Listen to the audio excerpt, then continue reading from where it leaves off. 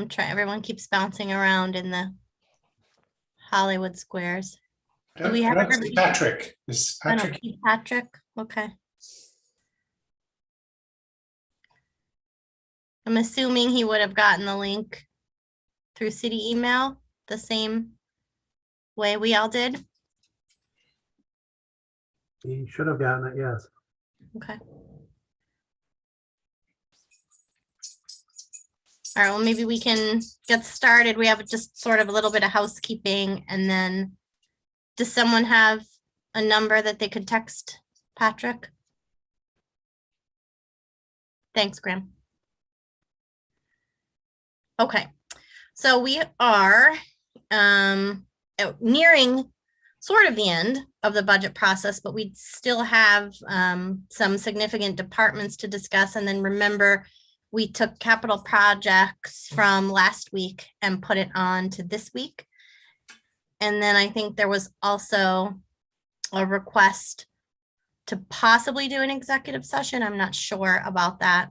We can confer about that, but we would probably wait until the end of this meeting tonight to do that. So I think what it looks like we have on our agenda for this evening is capital projects, Youth Bureau, GIAC, Chamberlain Controller, Mayor, and Council. So I am wondering if you wanted to tackle, let's see, we could do finance quick first. If we did youth services, I know some people from the Youth Bureau will also want to stick around for the capital projects conversation. So does it make sense if we start with finance, then we do GIAC, Youth Bureau, capital projects, and then we'll move to mayor and council? How does that sound for everyone? I see a few thumbs up. Excellent. Okay. So Liz, yes.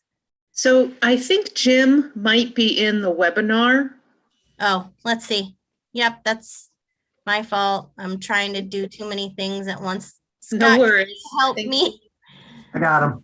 Thank you. Yeah, we might as well just move everybody over at this point. I know last time we were trying to move people in when their topic came up, but I'm fine for if we just see somebody in there, as long as we know they're part of our cohort for tonight, we can move them over. Okay. Thank you, Liz. Oh, now I see Tom Parsons. All right. Okay, finance. So also you should have received the latest version of the list. There were a few changes made to it over the last few days. So you should have that handy. There are a couple, actually both departments, youth departments for this evening have some requests above the mayor's budget. So we can talk about those as well. So we'll make sure we save time to review that list kind of at the end of this evening's meeting and see if we need to make any changes to it. So, but what I do not have is anything from finance on the list, and I don't have anything from finance that was submitted as a question to finance. So I don't know if you want to say anything, Steve, or if anyone has any questions for the finance budget. I can just be real quick. Yeah, we didn't submit anything over the mayor's budget. Our budget request that's proposed in the mayor's budget does include increases for maintenance contracts as we work through our improvement to our financial software. We continue to do that. That's going to take us into 2023. I think our last piece will be utility billing upgrade, which will happen next year. And so that would be the last piece. And that's all these upgrades run like 3 to 9 months for us. So it takes a long time. And then you threw COVID in there, it took even longer. In addition, we have a lot of transition. We've had transition over the past number of years with retirements and changes to positions.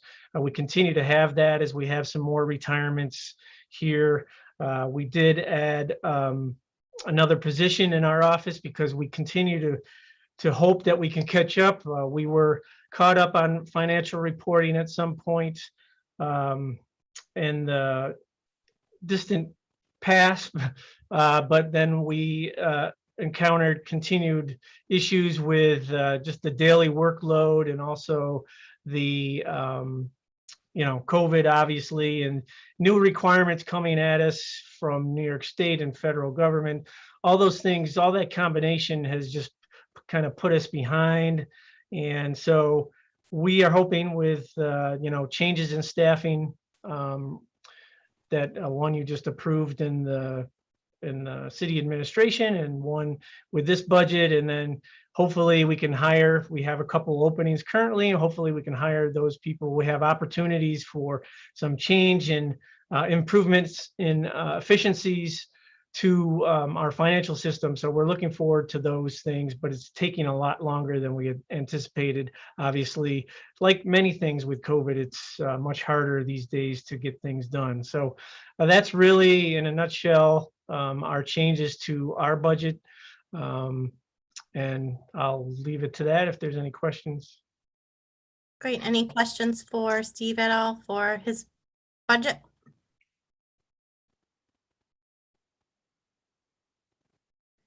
All right, sounds good. Thank you. Don't go Thank you. anywhere. Don't go anywhere. Oh, We're really? I need can't. For all the rest of it. Okay, I won't. Stay right there. Thank you. Okay. Let's pop over to youth services. Do we want to have GIAC go first? I'm fine with that. Okay, we had a couple of requests above the mayor's budget, but maybe we'll give you, oh, someone's asking to move people in as panelists. Scott, can you help me help? I'm trying. Okay. Not going over as easily. Patrick should be then- in by now. All right, great. Thanks, Scott. So I keep getting thrown up. So we have GIAC, and we had 2 requests above the mayor's budget from GIAC, but I wanted to make sure that there weren't any just general questions about GIAC before we had Leslie go over the 2 specific requests that GIAC has put in. Any general questions for GIAC? Cynthia? Hi, Leslyn. Good to see you. Could you tell us a little bit about how COVID has impacted the number of individuals that GIAC has been able to serve this year, and how you anticipate things going into 2022? How much time do you have? I'm just kidding. In 1 minute or less, please. Well, like everyone else, certainly COVID has taken its toll on us. Our numbers are significantly down in terms of the number of children that we've been able to serve. And I also let me just back up and acknowledge the GX Deputy Directors, Carrie Phillips and Travis Brooks, are joining us, and they might also be able to weigh in. Because we have to keep children, or we had to keep them distance at a certain level. At first, it was 6 feet distance, which meant we could only accommodate so many children in a room at any given time, with adequate staffing, so that we're still maintaining ratios. Now I think we're to the 3 feet level, although we're still trying to be as careful as possible because children are not vaccinated. That has been an issue for those of you who, and I'm sure you all pay attention to the news. At the end of summer last year, there was a major outbreak with the children in our summer camp who all tested positive. Families were affected, staff were affected. So upwards of about 25 people testing positive for COVID, some responding better than others to the disease. And so we're trying to still be very careful. Our summer camp, we brought in more than we probably should have, but we didn't come to our full 160 capacity. And for the school year program, Carrie, I'm going to look to you to make sure that I have the right numbers. How many do we have now? Normally we have about 110 to 20 young people in our school year program, and now we have how many? As of today, we're at 64 with a few getting ready to add on into a room we still have some space in. Right, so we probably aren't going to go above 70. And the other part of it is also that we have OCFS guidelines that, are essentially saying during COVID here, how many children per space we have to measure, and here's how many staff. So we can only take but so many. So we will probably just a little above 60%, 50% of our normal capacity. Which is very difficult because we have a lot of children on wait list and a lot of people who just can't get in, and there's nothing we can do. And I feel bad because I also forbade the youth program from taking all of the children, all of the rooms, so that our teens could have one tiny little space because there was no room for the teens.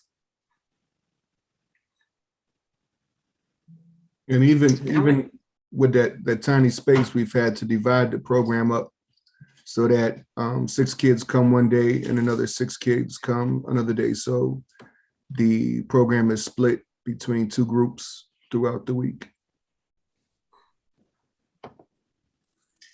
Now, Right, I don't know if it's me, but everybody's frozen on my screen. Nope, you're good to me. Okay. Can you hear us? I can hear you, yeah. Okay, you're good. You're still good on our end. I see Laura's hand is up.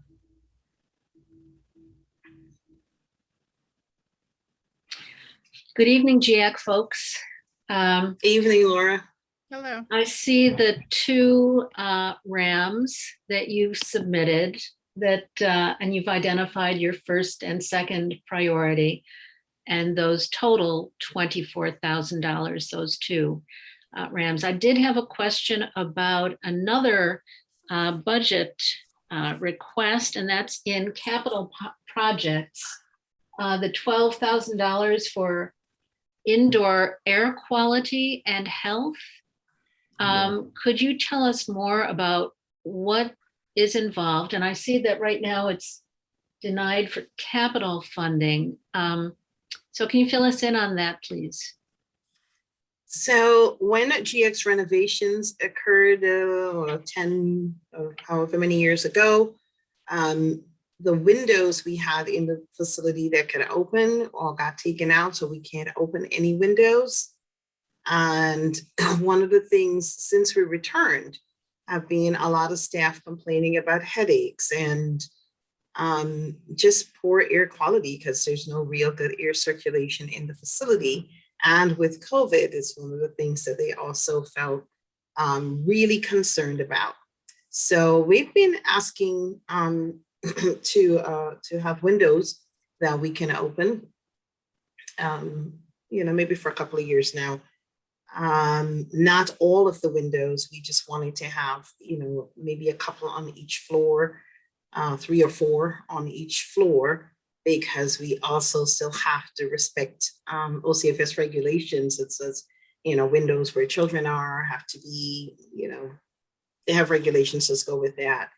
But we put in for that capital request just for air quality. We have requested to do air quality testing, only because we've just had so many staff, just feeling the drudgery, just feeling awful, headaches, any number of things.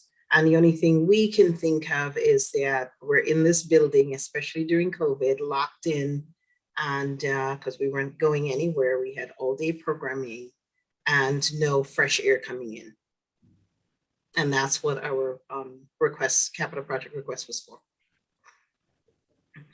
If I could just follow up, is that a more pronounced issue currently this year due to construction so nearby? No, I would say maybe we're noticing it a lot more because we're all in here and locked in because of COVID, but it's been that way. Okay, thank you. Great. Any other general questions for GIAC before we hear a quickie overview of the requests above the mayor's budget? Nope. All right. So Leslyn, what we have on our list is increase funding for Alex Haley Pool and update to a supervisor or custodial worker. Do you want to talk about those quick? Sure. So let me start with the Alex Haley Pool. We love the pool. The pool is very well used, and the pool every year, and maybe Steve can attest to this, the pool is the one part of our budget that just goes bonkers every year. It's usually coming in somewhere between, $20,000 and maybe $40,000 over budget. And we're able to sort of make that up with savings elsewhere. Last year was probably the closest that we came in terms of actual spending for the pool, and that's because we got the donation from the community for it. So I don't know why, and partly I would take my own blame for it. It's been under budgeted for years and years on what it takes to really run the pool. And so I just wanted to make sure that our budget reflect truly what it takes to run the pool. We know also that the cost for everything is just gone up so much more. Even at this stage in the game and our pool budget, we're probably about, and we closed early because, like every other pool, you can get staff to stay on, not for what we pay, at least. We probably spent about 92% of our budget this year. But the pool budget, for some strange reasons, always been somewhere around 40 something, 50 something $1,000. And overall comes in between actual spending between $73,000 and $120,000. Again, we know it's going to be more. This year we have to replace the filter and the whole pump system for the pool, which are the original since we have the pool, and they are done, shot, gone. We won't be able to operate a pool next year. So, so there's some of the reasons why we're looking to just make this pool budget line close to what it actually takes to run the pool.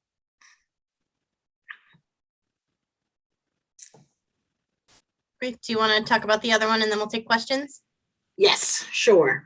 And the other one is we have custodial workers at GIAC, but our custodial workers oftentimes are in a place of having to supervise people. Custodial workers in their job responsibilities don't supervise folks.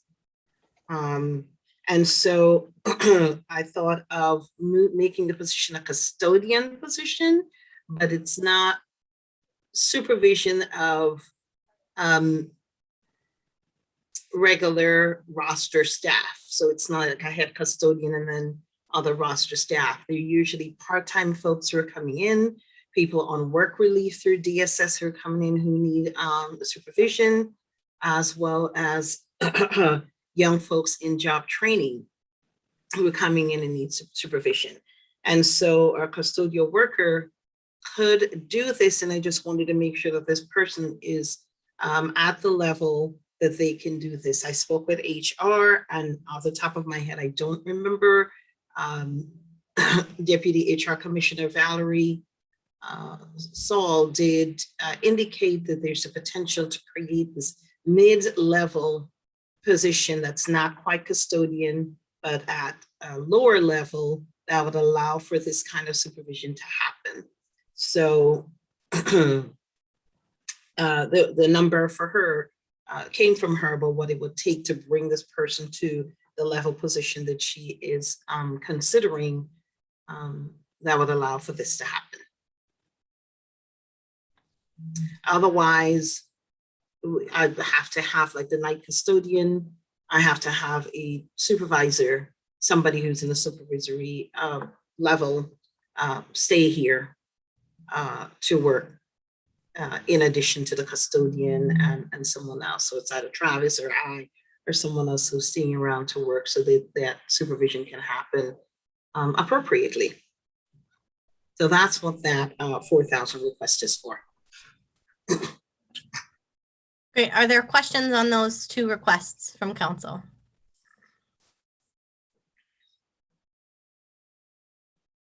Donna? I just want to clarify. So the $4,000 is to promote somebody who's currently working in a custodial role so that that person can work independently without a supervisor on site?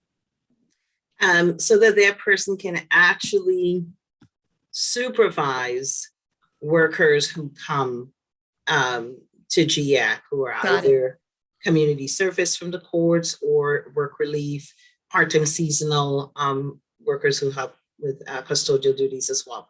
Okay, thank you. You're welcome.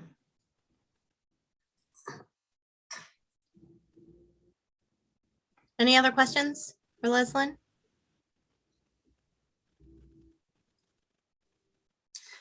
Debbie, if I may, I just want to also very quickly add to something Travis said. You asked, somebody asked, oh, Cynthia asked about numbers.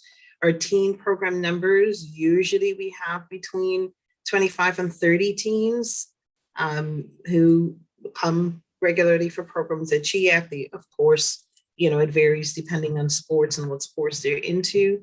And at this point, we really can only accommodate the 12 on the alternating days. So Travis mentioned, you know, 6 come on Mondays and Tuesdays, and we divided them in 11th and 12th graders come Mondays and Tuesdays, and 9th and 10th graders come Wednesdays and Thursdays, and then on Fridays they alternate which group can come. So one group, it's one Friday, it's 11th and 12th, and the other group can't come, and then the next Friday will be 9th and 10th, and then the rest of them can't come. And that it's a problem. The teams really need a space, and so I'm looking forward to getting the facility next door finished so that they can be a space for teens, because they are, yeah, it's not a good thing for them to not have a safe, structured program area to be in after school. Great. Any other questions for GIAC? Laura?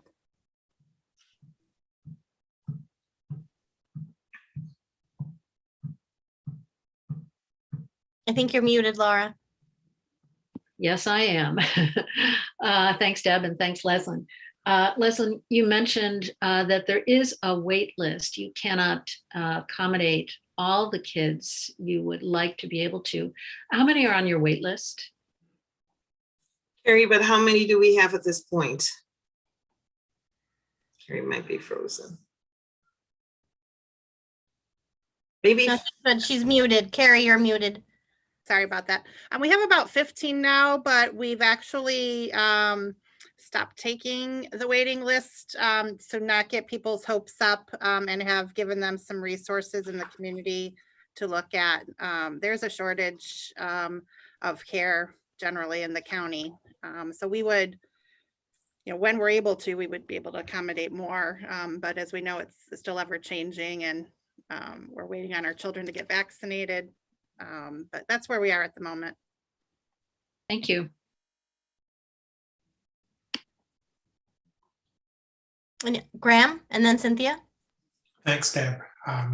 Leslyn, quick question about the Alex Haley pool. Is it mainly lifeguards? I know I've been reading that it's been challenging to get lifeguards. So when you say attract and retain pool staff, is it mainly lifeguards, or are there kind of other positions that are important to keep the pool open? So it's mainly lifeguards, but honestly, it's been all custodial staff. We have not been able to get the custodial staff at the pool. Lifeguards primarily, we have not been able to get at what we pay pool supervisors, any of them. It's just been very, very, very difficult And I think we fared relatively well this summer, but we still had to shut down early because, yeah, we couldn't find as many guards as we needed, or as many didn't want to work for what we pay. So were you able to open when you were open? Were you able to open every day this past summer, or? We started out trying to do that, but then we had to cut back the hours significantly. Okay, thank you. Great, Cynthia? Yes, so you had mentioned that for the youth program, you're at 60% normal capacity. Are you still, is GIAC still operating their senior program? And what is the numbers of individuals served with the senior or in the youth program, and then as well as the senior program? And are there other programs that I'm forgetting? I know that there's a track program and others. Right, those are all part of the youth program. So our boxing program, for example, we're not doing. That's not happening. Again, you know, space constraints, COVID, not having the proper filtration, all of those things. The senior program is the one of two programs that could continue to happen. We're also doing HETP. And because our seniors are really scared about going outside, we've been able to pretty much bring everything virtual for them. But it did take a little work, you know. Our senior coordinator did a lot of running around and helping people figure out how to work their computers. So, you know, the breakfast, you know, pretty much we delivered breakfast to their homes, and then just had the program virtual so people can still attend. A lot of time spent on checking in and supporting seniors because they were so scared and where they are. So the program still stayed very active. There's the largest number of registrants in the senior program. So it still stayed as active as we could, and included pivoting to doing some shopping for seniors, helping people to get their medications and so on and so forth. We're venturing slowly back out into some in-person programs. But again, trying to put people in vans and distance, it's difficult because you can't fill the van to capacity. So we have made a policy decision that no more than 5 people in a van, which normally is 12, plus, you know, the 2 staff members. So right now it's no more than 5, so people have enough room to spread out to get to places. So we're slowly trying to do some of the in-person program, but the senior programs continued, virtual mainly, speakers, like I said, the breakfast, all of those things, the birthday lunch, all of that stuff happening online. We just did a lot more footwork delivering the breakfast to people's homes, so that they can still, you know, have a meal and feel like they're in fellowship. And what else do we have? Well, the preteen program, we have merged with the youth program for now, because they're still, that's the middle schoolers, they're still too young that most of them can't stay home. So we can provide some space for the preteens as well. And good Lord, what else do we do? HETP is happening. Most of the training transitioned to online. We had a couple of people who didn't have access to computers, and we were allowing to come into the facility and have in-person training in the computer lab, so they can spread out. Yeah, that's pretty much it for us. I mean, all the other sub-programs within the programs were all just hurt. Like the screen printing program, that was just shut down, period, because that room was too small to have, you know, any, you know, 2 children in there were too many trying to do that work. So basketball shut down, you know, pretty much all of those things. Nothing was happening. So, Leslyn, I know that the capital request for the window replacement did not go through. Laura had mentioned and highlighted that before. Is that something you're asking for at this point to be reinstated, or you understand why it's not in the budget? And I saw it was a 2-year request for 12,000 for this year and 13,000 for next year. Is that something you're asking to be reinstated or not at this time? I would love for that to be reinstated, and I definitely read that capital thing wrong, but I would love for that to be reinstated. Our staff has been asking for a number of years now. If Travis is still on here, I think he can attest to that as well, for Yes, I just can. getting fresh air Yeah, into this facility. it's been a problem pretty much since we renovated, and it's stagnant. Les and I have been talking about it for years. It seems like staff have complained about colds and headaches and other things more and more. I know for me, in my CHF, it's a problem. It's like I'm just breathing in dirty air all the time. And folks with the masks and the COVID, I think there increased concerns over COVID because it just doesn't seem like there's fresh air coming in and out of the building.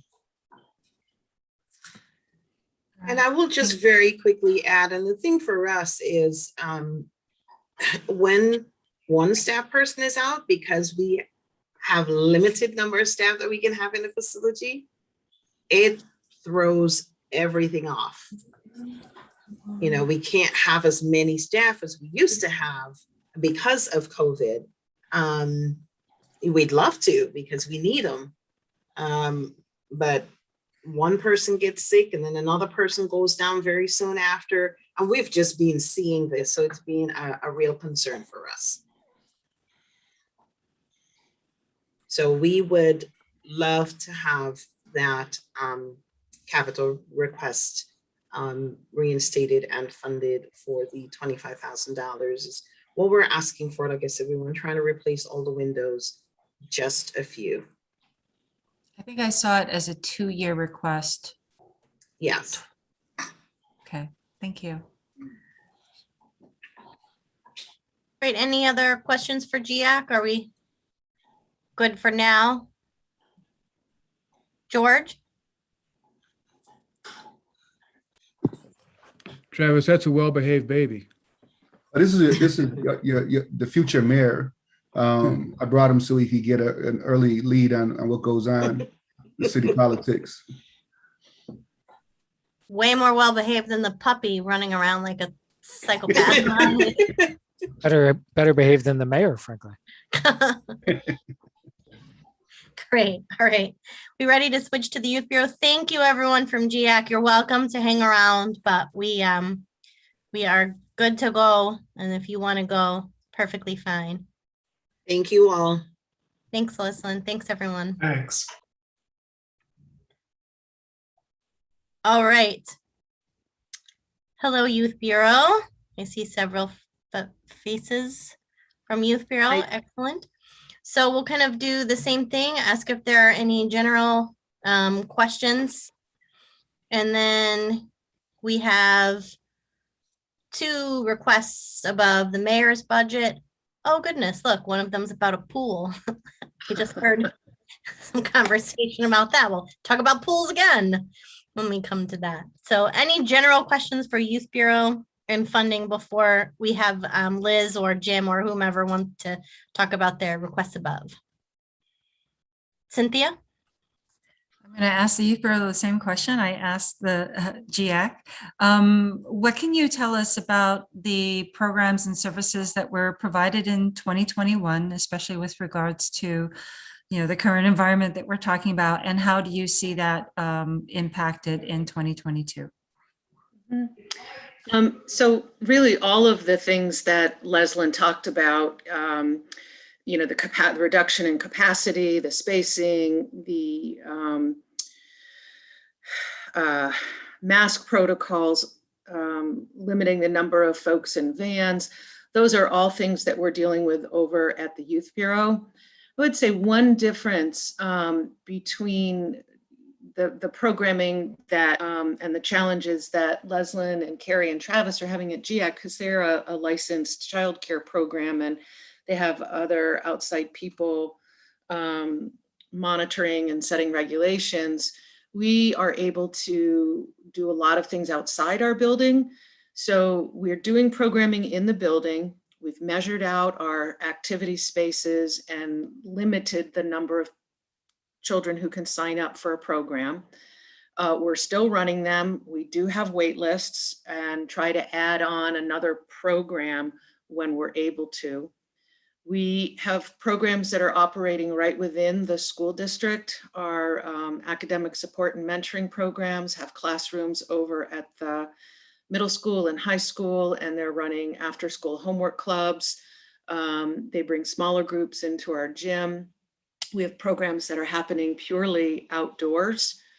Our ice rink operated for part of the 2020 season, and we've been able this season to increase capacity some, but we're not back to our regular operating numbers due to COVID and having to have room and space for social distancing. This summer the pool was open, but again, we had limited public pool sessions because we weren't allowed to have our day camp. As you know, the day camp regulations had a lot of COVID protocols that we needed to follow. One of those was that those children couldn't mix with other public groups. So that really limited what we could offer this summer in terms of public swim and offer opportunities for other camps to come and use the pool like they normally do. We weren't able to offer swim lessons, and that was twofold. That, that was definitely COVID, and it was also definitely the shortage of lifeguards. And, there's been a shortage of lifeguards for a good number of years now, and COVID really just exacerbated the whole situation. And as you'll hear in our pool discussion, we, because of emergency repairs and because of having to train, we trained just about all of our lifeguards this year, the week before we opened the pool, and that backed us up. I think we opened about 4 days late. So I'll ask Suki, who really has her hand in the youth development side of programs. I tried to cover some of them. Suki, did I miss anything?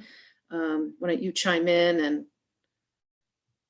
let folks know? One of the things I want to follow up in terms of the lifeguards in the pool, I think staff worked really closely with the state parks to do that joint training. And so I think they've been very creative in trying to solve those issues in terms of staffing. The other thing that I would say is that many of our programs are definitely in the recovery phase of, recovering from our 2020 shutdown. And so, staff are working really hard to get things back up to capacity. Our Big Brother, Big Sister program they've hit up over 50% of where they normally are at this point in the year. So they're anticipating that in early 2022 that they're going to be close to full capacity. And Big Brother, Big Sister, because it's small, one-to-one relationships,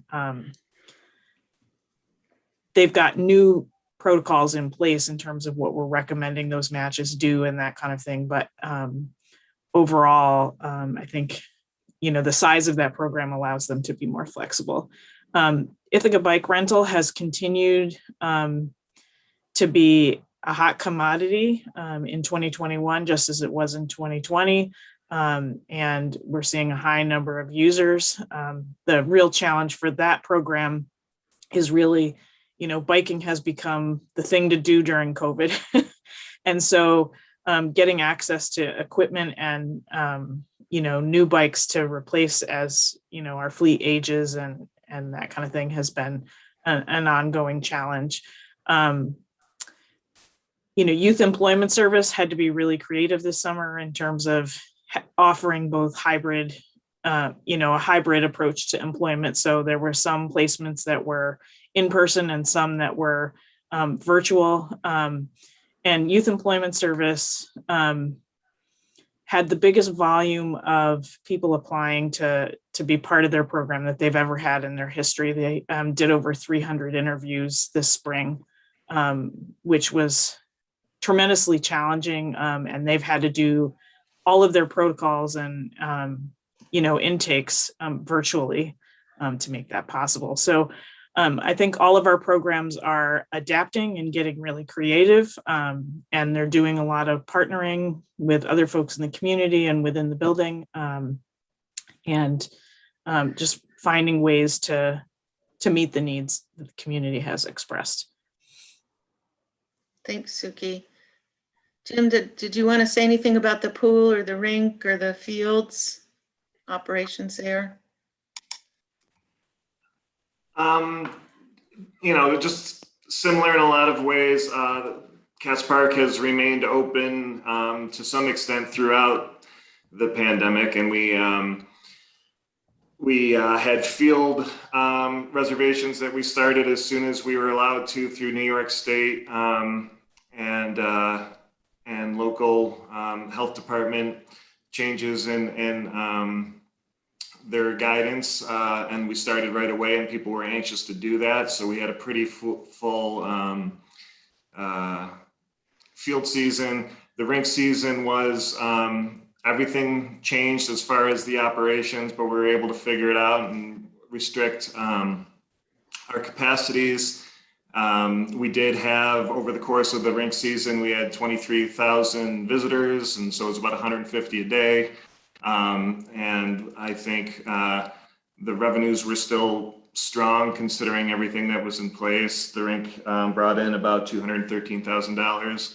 And then the pool season was difficult in a number of ways. It was difficult to get guard staffing. We did work with state parks and offered our own Red Cross courses, because that was one of the reasons why the lifeguard shortage was so severe, was because the Red Cross basically stopped teaching lessons for or their certifications for over a year. And then when they did, the classes were limited and the capacities for those were limited as well. So we worked with the state park, and we, in order to function, because we're a large facility with the pool, we have to have at least 8 guards on site in order for the pool to be open.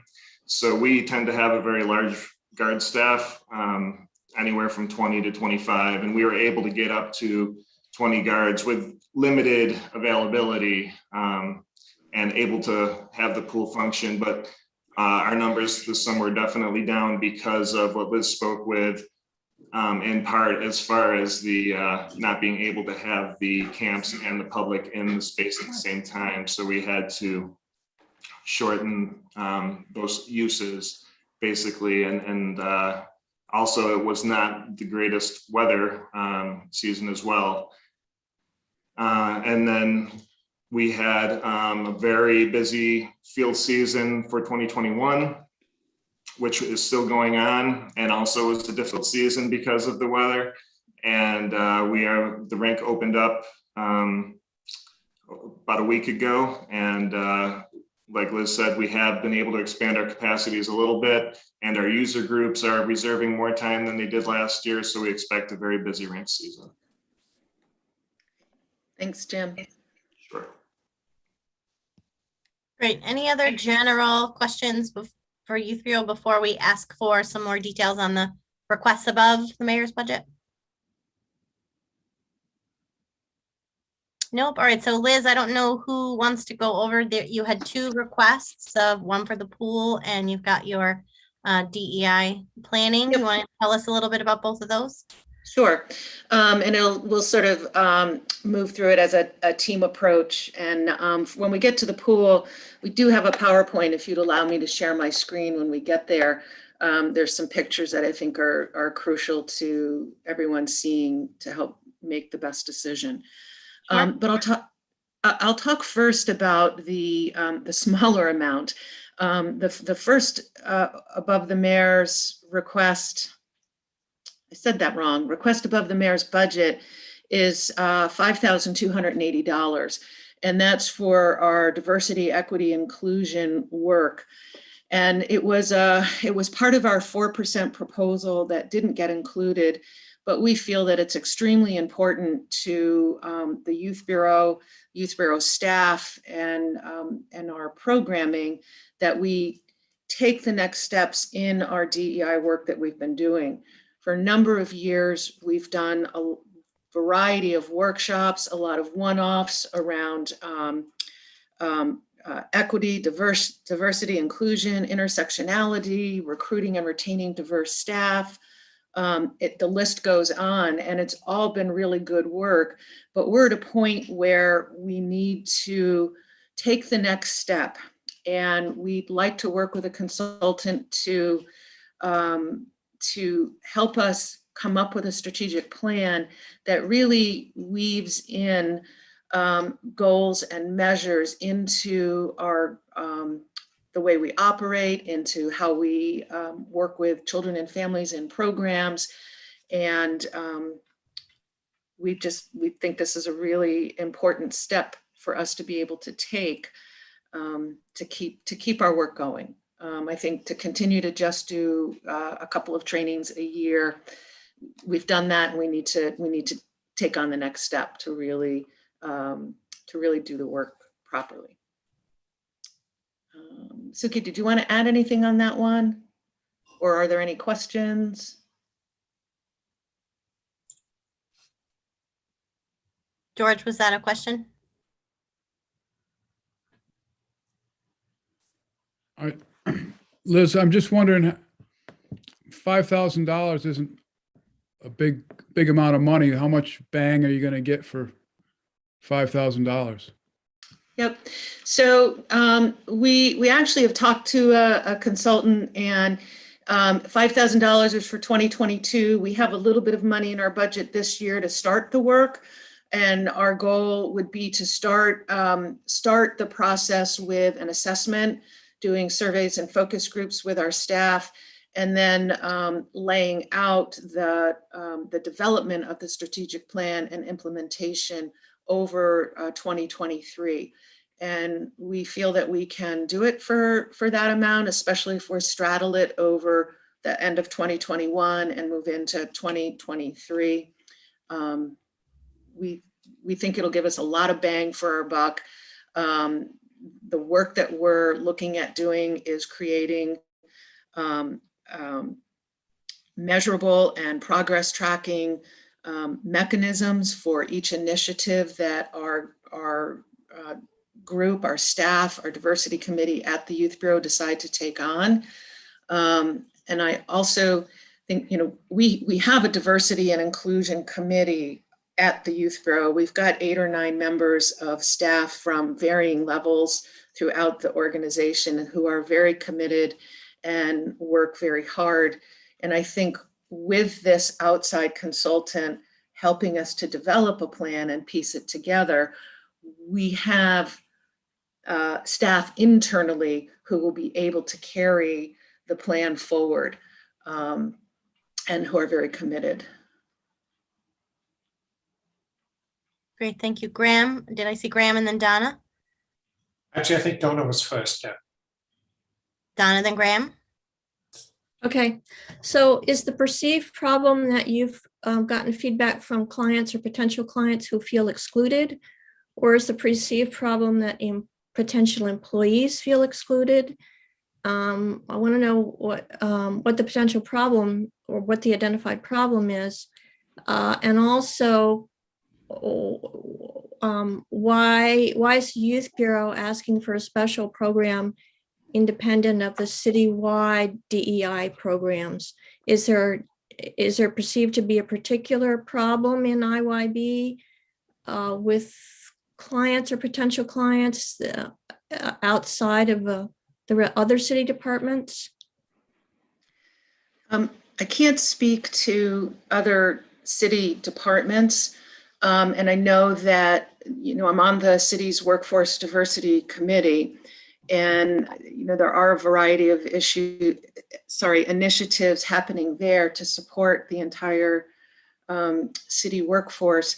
But looking right at the Youth Bureau, I guess I wouldn't call it problems that are percolating that have caused us to do this, to ask for this. We've been working on diversity and inclusion efforts for many, many years now. And as a city department head, we're asked to always include 1 to 2 goals around diversity that relate to the city's diversity plan. And it's a continued work to make sure that marginalized folks, whether it be seasonal staff, potential full-time employees, staff, participants in our programs and families, that we're always working to uncover any type of biases we may have, any microaggressions that may be happening that we're not aware of. We want to make sure that we are welcoming to all people in the community to participate in programs. And I would say if you look at our staff, we are becoming more and more diverse, but we have a ways to go before I would say we have a very diverse staff. And I think it's the work that needs to be done. And I'll pause and I'll let Suki jump in. Suki is the president of the Tompkins County Diversity Consortium, and she also works very closely with the Youth Bureau Diversity and Inclusion Committee, and she can speak a little bit more on the questions that you've asked. Thanks, Liz. I think one of the things that I would say is we have been doing workshops and trainings and that kind of thing with staff for quite a few years now. And I think one of the challenges for us is really figuring out, what kind of an impact those workshops and trainings are having. And we currently don't really have a way, it's not necessarily an extensive part of our performance dialogues, although they are part of our conversations. And, I think, a lot of the things that have come to light in 2020 have really highlighted, areas that we can all do better in, areas that, we might have blind spots on and that kind of thing. And so one of the biggest challenges, I think, in doing diversity, equity, and inclusion work is really operationalizing it and making it a part of everybody's job. It's not just one person's work in an organization to make other people feel included. It needs to be something that everybody is consciously including in all of their decision-making and in all of the processes that they put together, the procedures everything that we do impacts students and families, impacts their access to programming and all of those kinds of things. And so the more aware that we can make sure staff are of the barriers that exist for people and those kinds of things, the more we can work to break those barriers down. The more we can work to make sure that systems in the Youth Bureau are open and accessible to all people from all walks of life and all lived experiences. So I think one of the things that we hope with this strategic plan will be that we will be able to identify goals and steps to working to help staff incorporate it into their everyday jobs and decision-making. And we'll have ways to assess that going forward so that you know, it's not one of those things where somebody goes to a training and for a few days it sticks with them and resonates with them. We've all been to conferences and workshops where you get really excited, but then the reality of day-to-day work takes over, and suddenly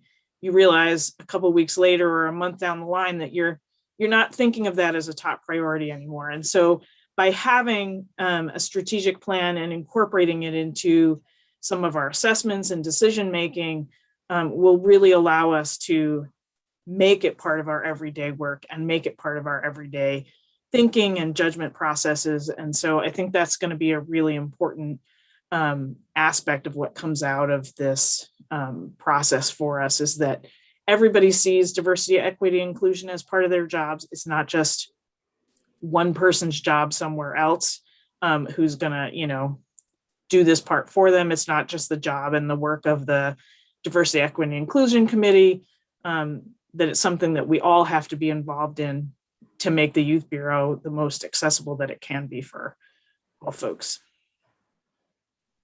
Great. I had Graham, and then maybe we should move on to the pool part 2 discussion. Yeah, thanks, Deb.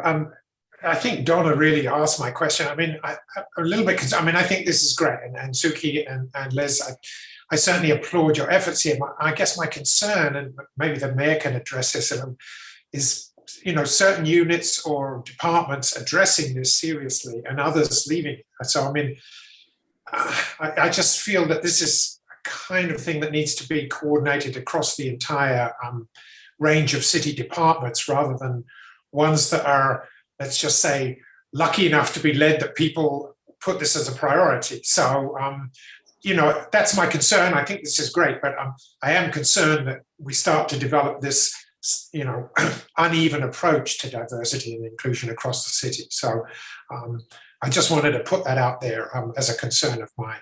I think this is great work, but I'm concerned that it might lead to uneven results across the city. Great. Thanks, Graham. Great. Question. Is someone trying to say something? I can't. Well, I just want to say, because I think if Shelley was still on here, she would want it to be mentioned that there have been other initiatives, other DEI initiatives across the city. I think it was just last year or the year before that the city partnered with the town of Ithaca and ran a mentoring or internship program through the DPWs, and individuals were hired in, I believe, as seasonals, and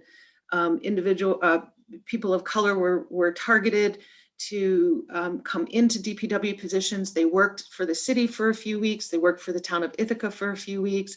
I can't recall if they worked for the county for a few weeks, but that really resulted in a number of those individuals who went through that training that were then hired on as part of staff at DPW. And over the years, the CDL driving program that was hosted by GIAC to help individuals get their CDL licenses, the HP, I'm not going to get that whole acronym right, but the hotel, HGTP. Thank you, which is run out of GIAC, is also helping to train people in the city of Ithaca around hospitality, employment opportunities, making sure people have the skills. So, and then there's other efforts within our hiring process that are being reviewed by the HR department and really looking at the city's hiring process. And we now have new protocols where we always have a representative from the Workforce Diversity Committee sit in on interviews. It's an objective set of eyes coming in to make sure that the interviewing is equitable, and that diversity is something that folks are paying attention to when they're making hires. So there's lots of little things happening. And I think that different departments across the city are at different places. And so really having to meet the departments where they are and help give them what they need is important. I think the Youth Bureau is at a point where it needs to take the next step into really figuring out how to operationalize all the knowledge we've gained and how to work it into our programs and our work with young people. And then how to know whether we're making substantial changes, not just saying that we're doing it, but that we can demonstrate that we've made a change. Sorry for the long-winded answer. No, Liz, I appreciate that. Thank you. Yeah. All right, we ready to pivot to the pool? All right. Can I, am I sharing the screen? You can. I did not set up the Zoom, so Yeah. is it not letting you? Nope. It says the host. Who's the host? Hang on. Okay. Go ahead and try it now. Hang on. Oh, look at that. Okay. Yep. It's going to work. It's going to work. I love it when technology works. Okay, so I'm going to kick us off, and then I am going to toss this to Jim, because Jim is really our facility person. But we were so grateful that the initial capital project for the pool, I believe it's $504,000, made it into the proposed capital projects for 2022, because the pool is so important. What happened is, after the fact, we learned that we needed more money to complete the project properly. And in 2019, just to give you a real quick background, 2019, we had over 20,000 visitors, or an average of a little over 300 people per day. The pool has been open since '73. We just completed our 48th year. Pools are important because they promote the water safety, the swim lessons. Cass Park is the main swimming pool for Tompkins County day camps. Almost all the day camps come and visit during the summer to get their campers in the pool. With the increased algae blooms, we need to have places for folks in the community to cool off and swim. And we also need to have places that teach kids how to swim. We are surrounded by so much water, and a lot of our children don't have opportunities to get lessons. All the reasons why the pool is important. And here's where I'm going to ask Jim to jump in and talk about the pool and what these pictures are showing us. So the pool is 48 years old currently. Will be 49 years old when we would be looking to open up for next season. And over the last 12 years, we've had 3 different occasions where we've had to do some emergency wall repairs because of water that infiltrates the walls during the well, probably throughout the year, but it becomes problematic during the winter and the freeze frost cycles and heaves the marsite surfacing off of the wall. We have to go in and do repairs. And when we do that, we must go in, there's some grout material that's underneath the gutters, and that gets removed and replaced as well. And when we were doing that, in each occasion, we have found that we have pinhole leaks throughout the gutters, which is allowing the water to get back into the walls and infiltrate. And there's no way to find those leaks unless the wall is exposed and we're able to get in there, and there's no good way to fix that. We did the best we could with having a company come in and do some spot welds and it's all stainless steel, so it's kind of specialized work, and so they have to do some stainless steel welding and spot weld those spots. But you know, as you can see from the pictures, that it's extensive. there are a number of areas where we've had to go back to the same areas over those 3 repairs. So that was the work that we've been doing in order to keep things going and running. What we had happen this year, once those repairs were finished and we thought everything was fine, once we had the pool full and circulating, we found a leak that was coming up through the pool deck, which was the first time in the pool's history when that has occurred. And that's a much bigger issue and a problem because you're losing water from the pool, but also because of what must have happened to the gutter in order for that leak to get behind the pool wall and up through the pool deck, which would be failure of the seam of the gutter rather than just having pinhole leaks. The welded seam on one of the corners and the backside corner, which is not accessible, again, unless you open up the pool wall. So that is just further evidence of the deterioration of the gutter as a whole and the need for replacement of the gutter. And then the Marsite surfacing, again, it'll be 49 years old. It's, as it says in the PowerPoint, it's very porous. It's very rough. It is, obviously discolored. Because of it being porous, it's more prone for the black algae. It also is, difficult on people's feet. But it's just a Marsite surface that's in need of replacement at this age. And also would make sense to do at the time of doing the gutter in order to have a complete and solid, resurfacing all at one time rather than just kind of patching in and resurfacing.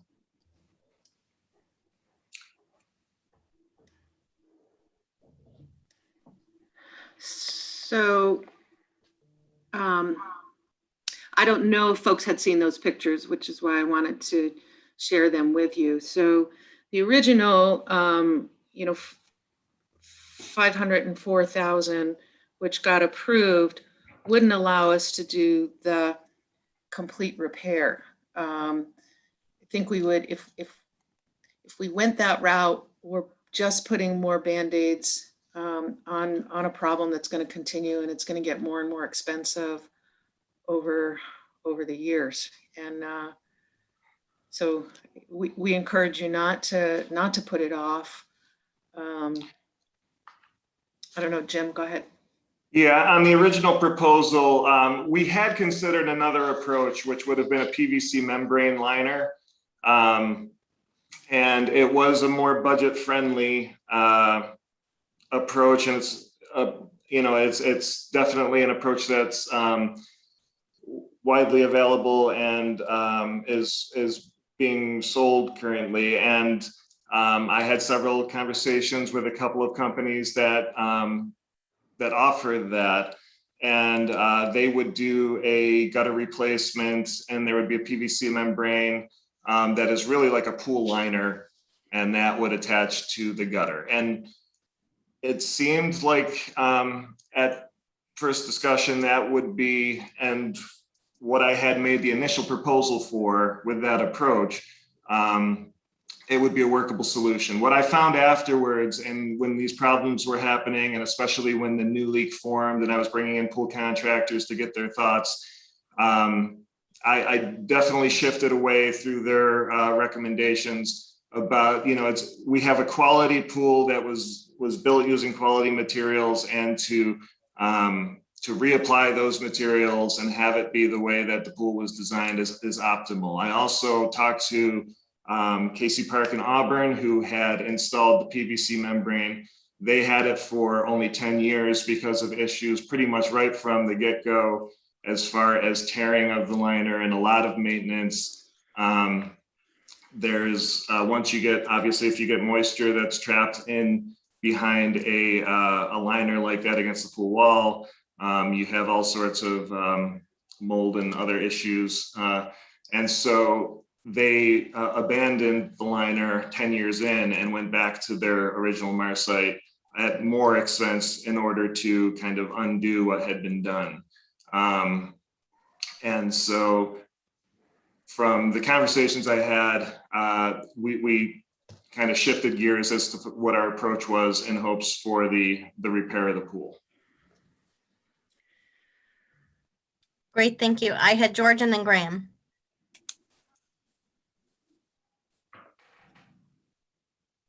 Thanks, Jim and Liz. This is a big chunk of change. I think the pool is an essential piece of the city's infrastructure. And I agree that it should be fixed completely. It's probably much more economical to do it that way over the long run. I guess I have a question for Jim and a question for Steve and Savante. Jim, how long would you expect a complete repair to last before we have to start putting sizable money into it again? I realize we have to maintain it. And Steve and Savante, is this type of expense eligible for ARPA funding? Well, as far as the longevity of it, if we do the complete repair, or replacement of the gutter and the marsite surface, it would really be getting back to kind of the original application of the pool. So I don't think they would tell you that you would get 48 years out of it. They'd probably say something more like 30. But I think that you would, with maintenance, be in that 30-year range to be safe. And then anything after that would be a bonus, as these 40, the other 18 years have been. Thank you. Graham? Oh, I'm sorry. Did you want Steve and the mayor to answer your second half of your question first, George? Well, at some point, if now is not the right time, that's okay, but I would like to hear an answer to that question. That's okay. That was about ARPA. Could ARPA be used for this?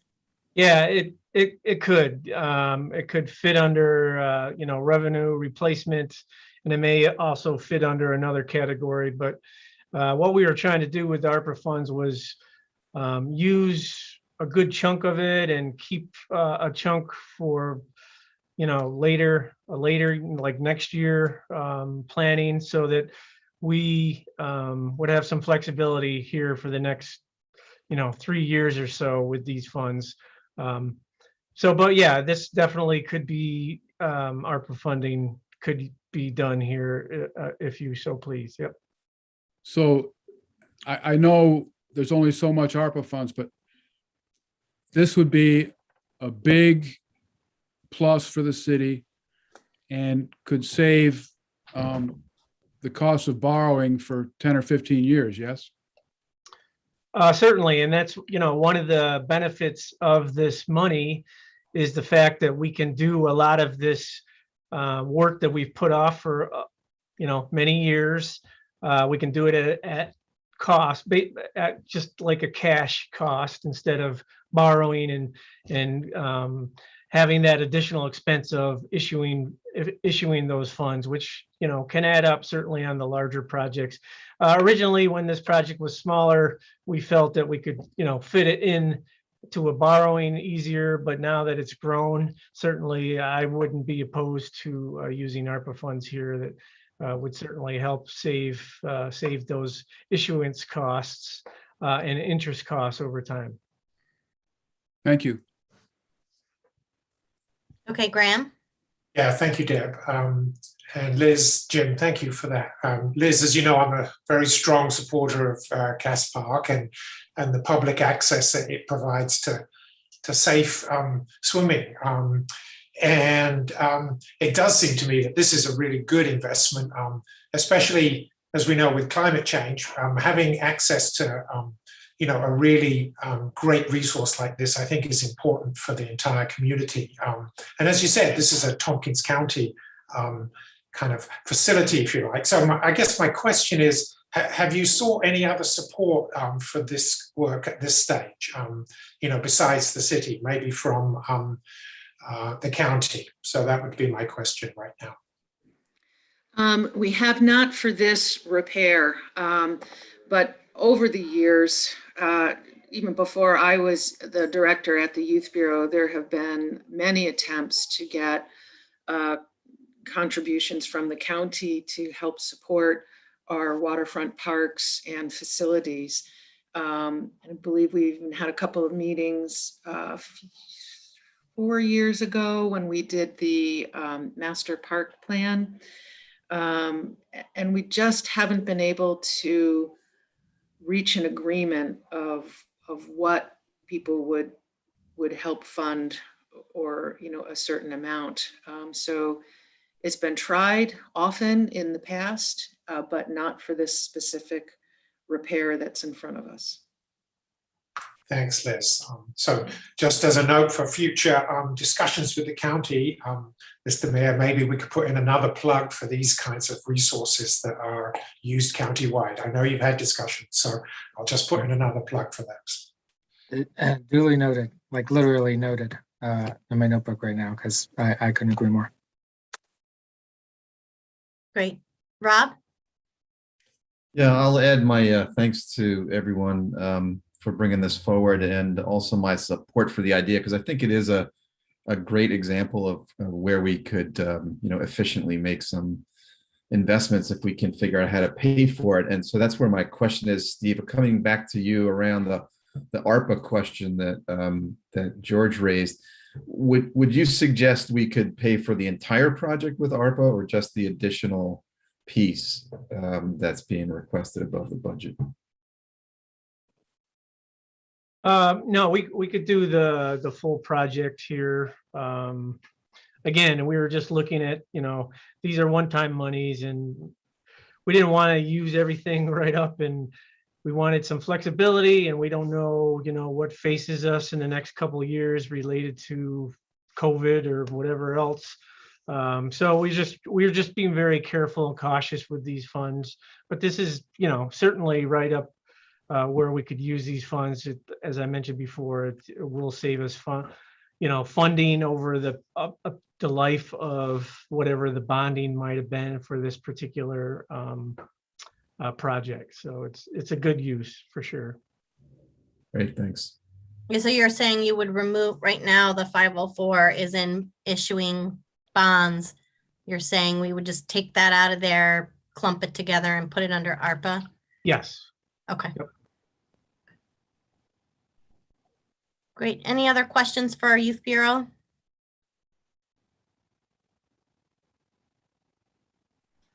I don't see any. Thank you so much, everyone.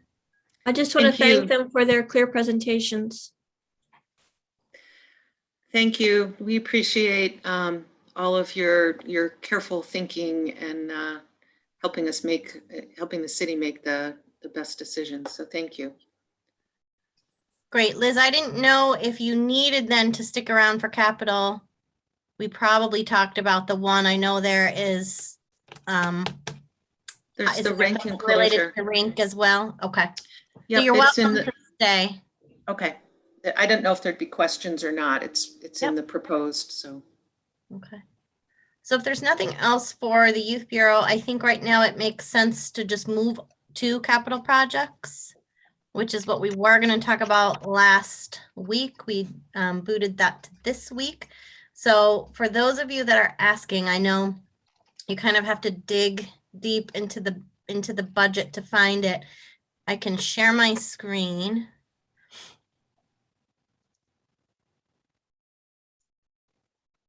Maybe. There we go. So if what you're looking at is, this is probably the easiest way to see all the capital projects.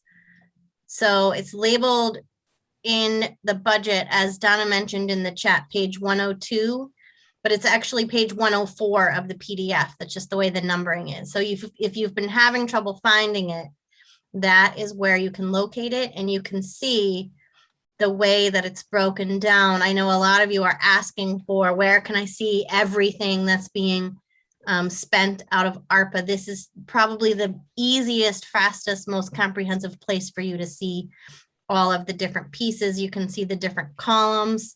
If we're borrowing for it, it'll go under bond, and then you see this federal ARPA funds column.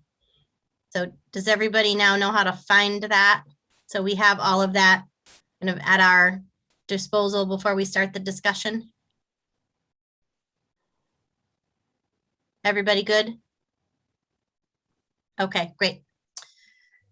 So I guess all I'll really do is just open it up if there are questions. I know there are several staff here. We did have an evening early on dedicated to capital projects. We got a little bit of an update on some additional monies that were being put in on ARPA when the mayor did the full budget presentation. So I'll just open the floor to council to see if there are any questions about any of these items on this list.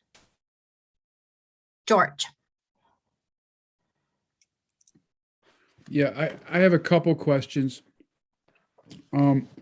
I was thinking earlier mistakenly that the Route 13 Fifth Street infrastructure was going to be paid for with ARPA funds, and I see that's not correct. I'm wondering why the city would put so much money into this intersection for two reasons. One, the extra intersections that came on Route 13 when the Benderson group did their big box stuff on the southwest. If I'm remembering correctly, the developer paid for those additional intersections. So I'm wondering why that wouldn't be the case here. And also, I spoke to one of our friends in the county legislature about the 50% match from the county that's suggested here. And they said that's not in their budget. And they did acknowledge that there's been some talk between staffs, but it's not part of their budget. So I'm wondering why we need that at all. And the other thing I was going to suggest was if the budget gets too hefty, would it be possible to split the pedestrian safety expense for Oak Ave and Fall Creek Drive and do one this year and one next year to reduce that expense? Great. I see Tim and Eric are both here. I don't know if they want to talk about the sort of project first, and then if there are questions on the financing or county contributions, maybe Steve or Savante can answer those. Eric, Tim? Sure. So the Route 13 Fifth Street intersection was submitted by the planning department. My understanding is they're trying to make a good faith effort for the city to participate in that project and the intersection work. My understanding is that the project is still on the hook to do it as part of their site plan approval and their coordination with DOT. But, I think the planning department was trying to help them along with some of their financial planning. For the sidewalk work, a good chunk of that money is reimbursable. So I know that there's one large number in there that's, pull it up, something over of $810,000. If you look all the way, it's not on that sheet, but half of that, or more than half of that, Steve, I don't know if you have that number, I don't have it in front of me, is reimbursable through Cornell University because it's actually not in a sidewalk improvement district. And so both the Fall Creek and the Oak Avenue ones contain quite a bit of reimbursable funds and as part of that number. That's good. That's good to know. So you're saying that the developers are responsible for the intersection at 5th and 13th? That's my understanding. Department wants the city to give them $610,000. Okay, thank you. Yeah, I think it's a recognition that We want that intersection to serve more than just that one development. We want it to be useful, not only connecting the north side neighborhood to the other side of Route 13, which has been a long-stated planning and development goal as part of the comprehensive plan, obviously, but also connecting the north side neighborhood to the new Green Star, to the Waterfront Trail, to the Ithaca Farmers Market, to the new community gardens. And so we want to make sure that that intersection functions well and does more than just serve the development. So what would we do if the county doesn't pony up any money?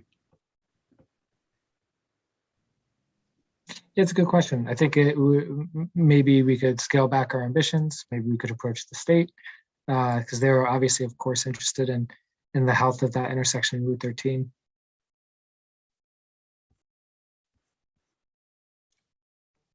George, I found the number on the sidewalk projects. It's about 545,000 would be reimbursable out of the 810. That's great. Thank you, Tim. That makes me a lot less cheap. Understood. Great. I saw Duck, Don, and Graham, and then Cynthia, but I guess what I'm going to ask is, are any of the four of you, is your question related to this item or those items, or do you want to go off on a new topic? Mine's new. Mine is the same topic. Okay, if you have the same topic, Cynthia, you said yours is this topic as well. Okay, so let's do Donna and then Cynthia, and then we'll move on to other topics. Is that okay, Duxon and Graham? Donna and then Cynthia. But it's my understanding that the 5th Street break-in access will be a break-in access from the project to Route 13 for all traffic. It'll be a break-in access from the neighborhoods to Route 13 only for pedestrians and bicycles, not for automotive traffic. Is that right? That's my understanding how council left it. Yes. Yeah, that was the plan. So we're talking.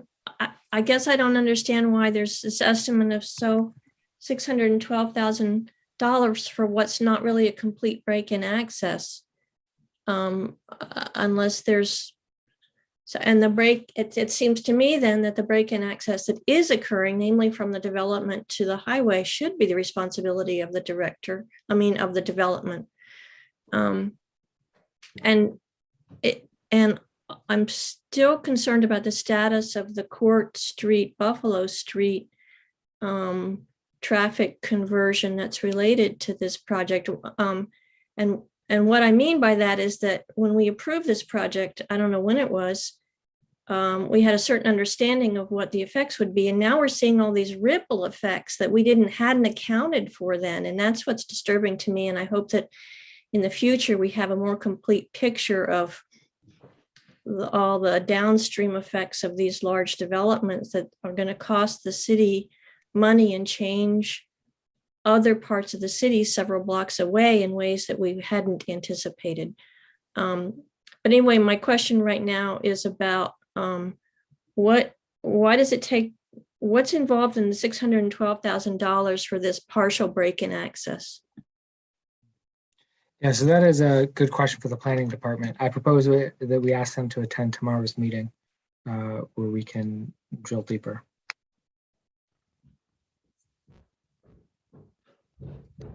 Okay, I will add that to the list for tomorrow. Cynthia? Thank you. And as a continuation of Donna's question and reaffirmation that the Route 13 intersection is for pedestrian and bicycle improvements. And then indeed, I'm presuming that a big part of the the sidewalk project, wouldn't both of those fall under the sidewalk fund?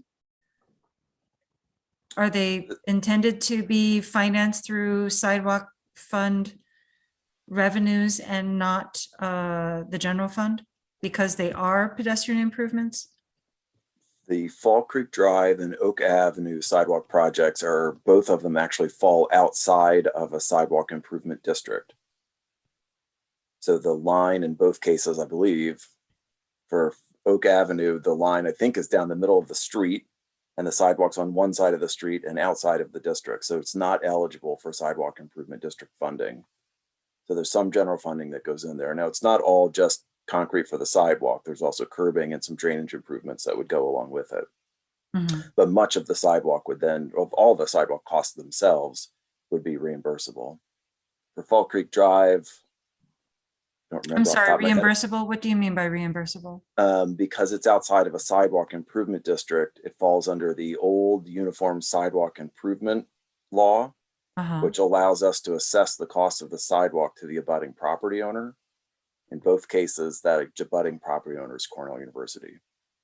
Oh, and that accounts for the 545,000 that they're going to reimburse us for. And then the remaining 270,000 has to do with curbing and stormwater and other improvements. That's correct. And with Fall Creek Drive, there's also a change to make the street a one-way street uphill. Okay.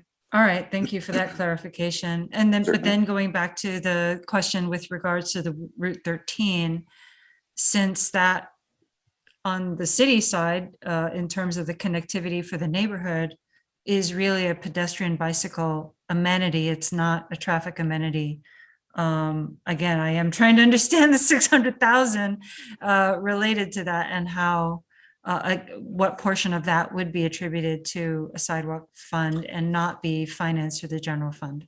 No, my understanding is the planning department put in the entire intersection break and access at approximately 1.2 million for the reconstruction of that intersection with median island and traffic signal and pavement widening and sidewalks and the whole 9 yards, and suggested that half of it be paid by the city and half of it be paid by the county. I don't believe they've asked the county yet because I don't think they've opened, the county's not opened up their ARPA funding planning process to my knowledge. But I believe that's what the planning department was requesting, that the city pay half of the improvements. And is it anticipated that the project would pay the other half if we're not asking the county for the funding? I don't know what their plan is after that. Okay, again, going back to the mayor's request to have the planning board come tomorrow. So never mind. Okay, thank you very much. Sure. Great. Okay, then are we good with that topic? Duck and then Graham. Thank you. Cynthia asked my sidewalk questions, so thank you for that. I'm wondering about, given our recent rains, something I don't see in capital.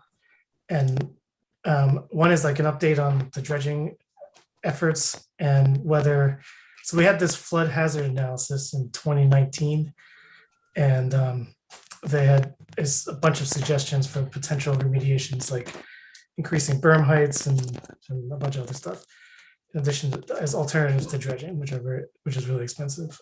And I'm curious if we're planning for that, especially as we saw yesterday, some of the creeks overflow, creek walls and whatnot. Sure, I can respond to that. Yeah, so we did the flood hazard analysis a couple years ago, and we identified the projects that would help the city the most. Dredging helps, but there's a lot of other things that actually probably help the city a little bit more. And some of those are increasing the berm heights or putting in some sort of temporary emergency flood wall that we could deploy when we know that large rains are coming. We haven't figured that out yet, but that, and in combination with putting in backflow preventers on all of our storm outlets, what happens is the creek rises up to, close to the top of the berm, but the actual catch basin and storm pipes are below the top of the berm. So what happens is the creek actually backflows through the sewer system, and that's where a lot of the flooding in the neighborhood occurs. We asked Barton and LaJudas when they did the study to kind of give us a price on what those improvements might cost. And they're kind of in the $5 million range. These are things that we are hoping will fit under FEMA's new BRIC program. And BRIC stands for Building Resilient Infrastructure Communities. It's replaced their pre-disaster mitigation funding. Scott Doyle and myself, Scott is with the county, as most of you know. He and I are, we're scheming a little bit to start applying for these brick funds, because we think those improvements along the creeks are exactly the type of project that FEMA would be interested in. I've got a meeting with FEMA in a couple weeks about something else, but every time I talk with them, I bring up these particular projects, and they're always very interested. The grant application process is fairly new. It's the application paperwork is super thick. We were hoping that we can get a consultant on board, and that in fact is has been put into our operating budget to hire consultants to help us with this grant application paperwork and also managing the grants. And so, you know, that particular project, that $5 million project, you know, that's near the top of our list. We've got that one and probably another one that we'll be talking about tonight, which is the 60-foot dam. But those are very expensive projects. We're going to have to rely on grant funding to fund these things. I don't think there's any way we could even hope to pay for these out of local funding. But that's sort of the plan. So Dustin, we know what to do. It's just now we just need to go find the resources to actually do it. Great, that's good to hear. And can you tell us the status of the 2 and I think it was 13 million that were set aside for Cascadilla Creek and the flood control channel? Yeah, so the Cascadilla Creek, that project went very well. And part of the reason is because we had control of that $2 million. And I think we did that project from start to finish in under 3 years. And that one came out very well. The Cayuga Inlet dredging is out of our hands. And I think there was 13 million set aside for that. The DEC is running that project, and I will leave it at that. It's been some frustration with getting the ball rolling with them. I keep in contact with them. Right now, there's an argument between scope and budget between the DEC and the Corps of Engineers, and the city is helping out every possible way we can, but I think we're at a point where this is going to be a wrestling match between the DEC and the Corps of Engineers. I'm trying to get more information. I get quite a few inquiries about that, and quite frankly, I just don't know. So I'm not sure what the status of those discussions is right now. That's depressing. So the dewatering facility is complete though. It just hasn't been used. Right, right. Thank you. Just so you know, the last time we were able to move the needle was 2 chief of staffs ago. Like, literally, he called the DEC every single day. Said, "Hey, hi, it's me." So I don't know, Faith. Maybe you might want to beef up your connections there, because we take it as far as we can go, and then it like hits a wall. It certainly is needed, and I know it makes everyone nervous when we have these major water events and flooding like we had. So I think we've done everything we can do on our part. So thanks for staying on top of that, Mike. All right, any other questions related to that? If not, I had Graham next. Nope, Graham, go ahead. Thanks, Deb.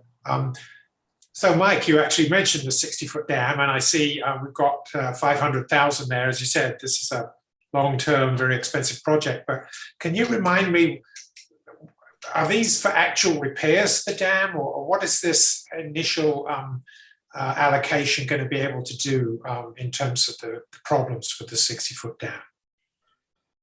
Right, it's a great question. The project we think is going to probably end up costing around $15 to $20 million.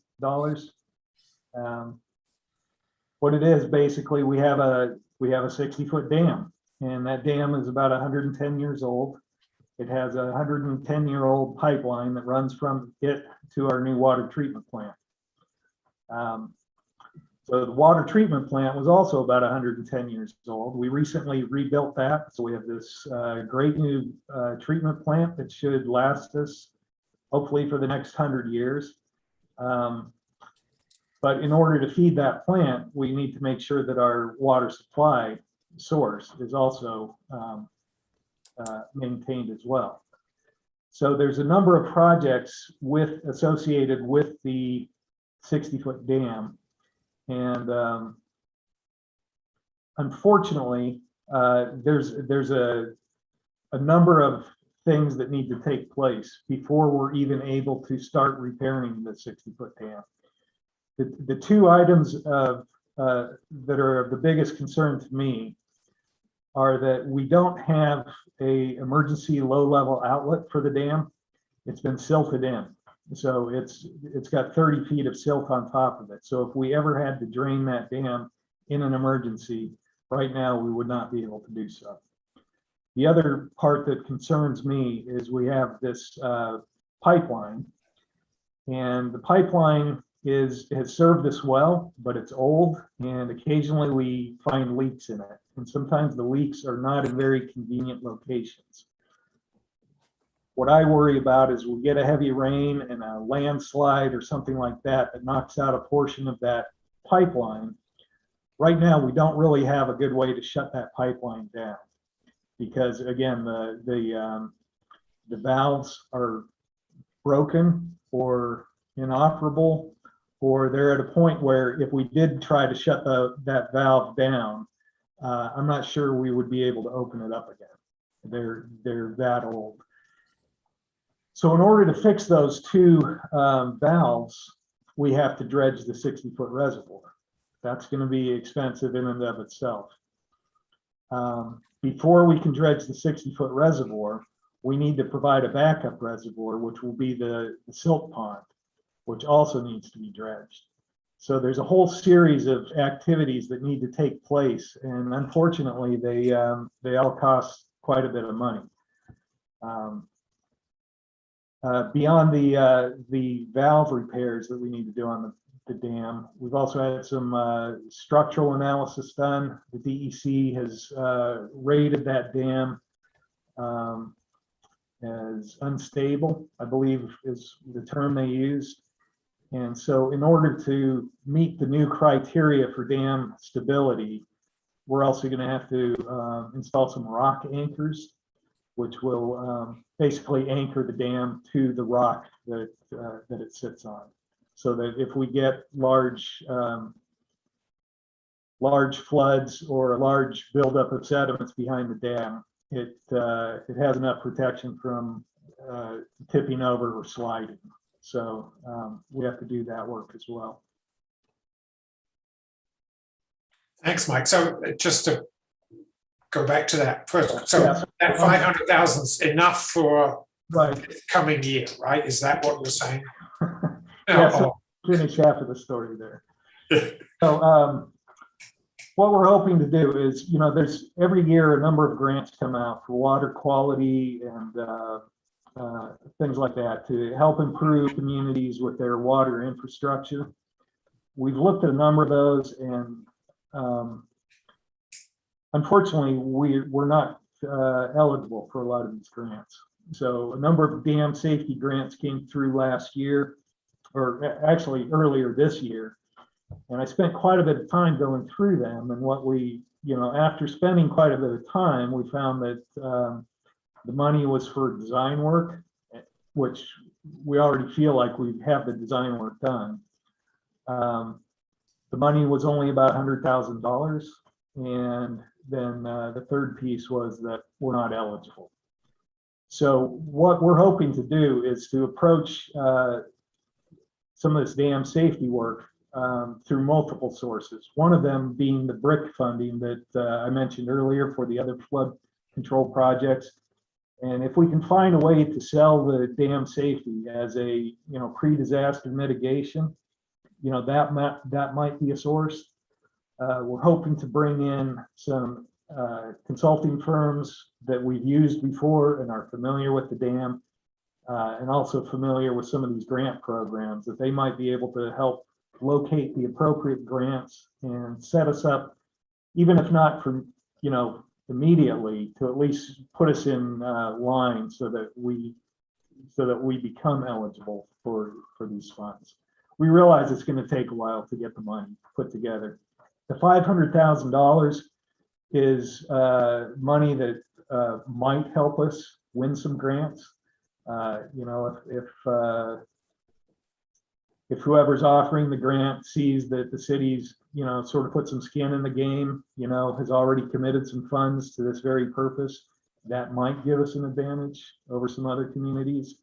In the meantime, Scott has some of the water and sewer crews, when they're not fixing pipelines, they're actually going out there to the silt pond to start whittling away at some of the dredging work that needs to take place. But honestly, it's probably filling in pretty close to as fast as we remove it. We probably need to have somebody go in there and really dredge that thing. Okay, thanks, Mike. Great. I see Cynthia. Thanks. I have a question for Mike and then another question for capital projects. Mike, can you tell us a little bit about the Meadow Street water and sewer design? Actually, I see Scott Gibson is on the call, and Scott can probably explain it much better than I can. Thank you. I think Scott's out of town, so hopefully he can join in. I see him on the call. I can start, and Scott, if you can hear me, and you can feel free to chime in. But the Meadow Street water and sewer, we've got an old, very deep sewer main that runs down Meadow Street, and the desire is to put in a shallower system so that it's easier to maintain, and eliminate some of the pumping stations, because we have to do the maintenance on the pump stations. So that's it in a nutshell. And I know Scott can give much better detail than I just gave you. I see Scott just unmuted himself. Yep, I'm on my way back from New Jersey from a family matter, and I missed the entire dialogue. So I just saw on my cell phone that you asked me to unmute. So I am at a real disadvantage. I have no idea what the conversation is even about. So I'm very sorry. Okay, Scott, the question is about the Meadow Street sewer design, and I just gave a very weak explanation of what it is, and I'm glad that you're here to give better detail. So we have a very deep sewer that runs from the 6 Mile Creek Bridge on Meadow Street, just right at the transition to Elmira Road. It runs north to the Buffalo Street pump station. It's a very old sewer. It's roughly 20 feet deep, and it serves as an interceptor for that entire district. And like all old infrastructure, we worry about collapse. We don't believe there's anything imminent.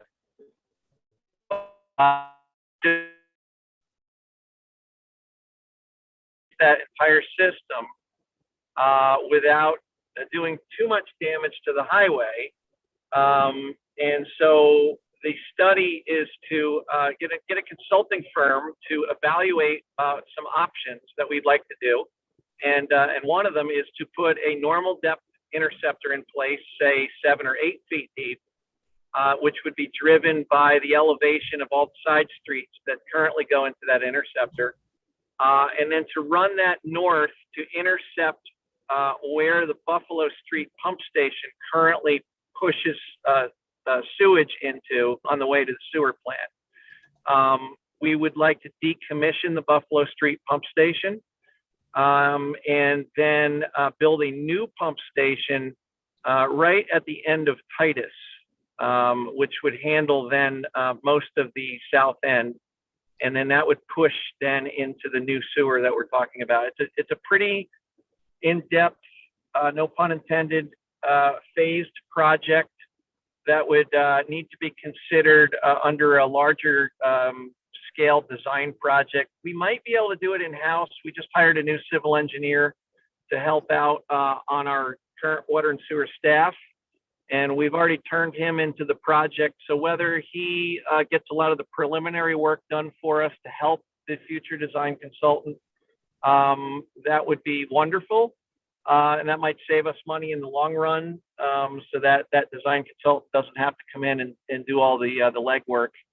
But at this point in time, we're asking the city for some money to do some of this background preparatory design work and to get a concept down on paper. Thanks, Scott. So can I clarify that this is mainly for analysis and design? That's what these funds are for? It is. I'd like to see it a little more than an analysis. I'd like to see it actually a design project that would be in preparation of a bid. And the bid would sit, the bid package would sit on a shelf until we have the money to actually do it. But the project would then have a cost attached to it, so that we can be sure that, say, in 2023 or 2024, when we're ready to do the project, that we have a full understanding of the cost. Okay. All right. Thank you. Does anybody else have a question about this before I go on to another question? Laura has her hand up. Yeah, if I could just follow up on Cynthia's question and Scott and Mike's responses. We do have until 2024 to commit. So the decisions we're making in the 2022 budget, we're looking at, as I understand it, looking at committing roughly half of the $16 million in ARPA funds. They have to be expended by 2026. And I hear what Mike is saying about seeking grant opportunities for some of these, especially large ticket items. Scott, if you're still on the call, is that some of what you're thinking is that funds in 2023 and 2024 may be coming from ARPA? Well, we hadn't discussed it in that kind of detail yet. We used the ballpark estimate of what we thought the total build out would cost, which would include the interceptor upgrade, the decommissioning of the Buffalo Street pump station, and the installation of a new pump station. I don't have the numbers in front of me, but we figured a ballpark might be around $5 million for everything. So ARPA certainly would be welcome, but we hadn't yet considered how we were going to get that money. And in fact, we looked at it in terms of phasing. So a design package first would be phase one, and phase two would be the construction of the new sewer line. Phase three would be the decommission of Buffalo Street and the installation of a new pump station. So that would occur over several years. My assumption would be that the new sewer line could remain dormant until we're ready to plug everything into it, but that would need to be constructed first. Okay, thank you. Great, thank you. So if I could continue with my second question for DPW, and then I just have a general request for the planning department. Actually, let me start. So when the planning department, so we're asking them to come tomorrow, if they could bring information on the retail mini grant, workforce reentry, economic development projects, small business, small scale manufacturing, information on those projects, that would be helpful. The other question I had for DPW is, could you speak a little bit about the Dryden Road garage improvements, the 300,000 there? Yeah, I'll turn that over to Tim. I think Tim's the most familiar, or Eric, or both. Sure, I can do that. We did a full assessment of the garage some 4 years ago or so with Stantec Engineering, who recommended a series of phases of repair work. We did the first round of work in the garage 2 years ago now, included the stairwells and some of the deck work and drainage and lighting and a number of other things. This would be for the second phase. Particularly, there's a beam in the garage that we have some concerns about. Not enough to do anything serious, but enough that we need to take a look at it and be planning for it. So this would be funds to do some of the structural analysis and to get us towards construction documents for a little bit of servicing work on the deck that needs to be done as well. And this is mainly to maintain the garage as is, or is there an expectation to expand the number of parking spaces there? No, this is just a maintenance project. Thank you.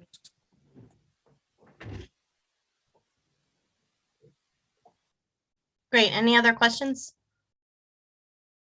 Yeah, we have communicated during this meeting to planning. I think some of the questions that you have also are more directed for Tom Knight as well, economic development. So we'll reach out and make sure. I was pretty sure they knew we moved capital projects to tonight, but we'll double check and make sure they'll be able to be here tomorrow. Any other questions? Any other questions on this capital list, Duxon? This might be for planning too, but maybe Scott knows offhand or the mayor knows offhand. There was denied something under planning for conference center construction budget gap. And I'm curious if anyone knows anything about that, whether it was a projected gap that doesn't exist or it's being filled in some other way. If not, this too might be a Tom Knight thing.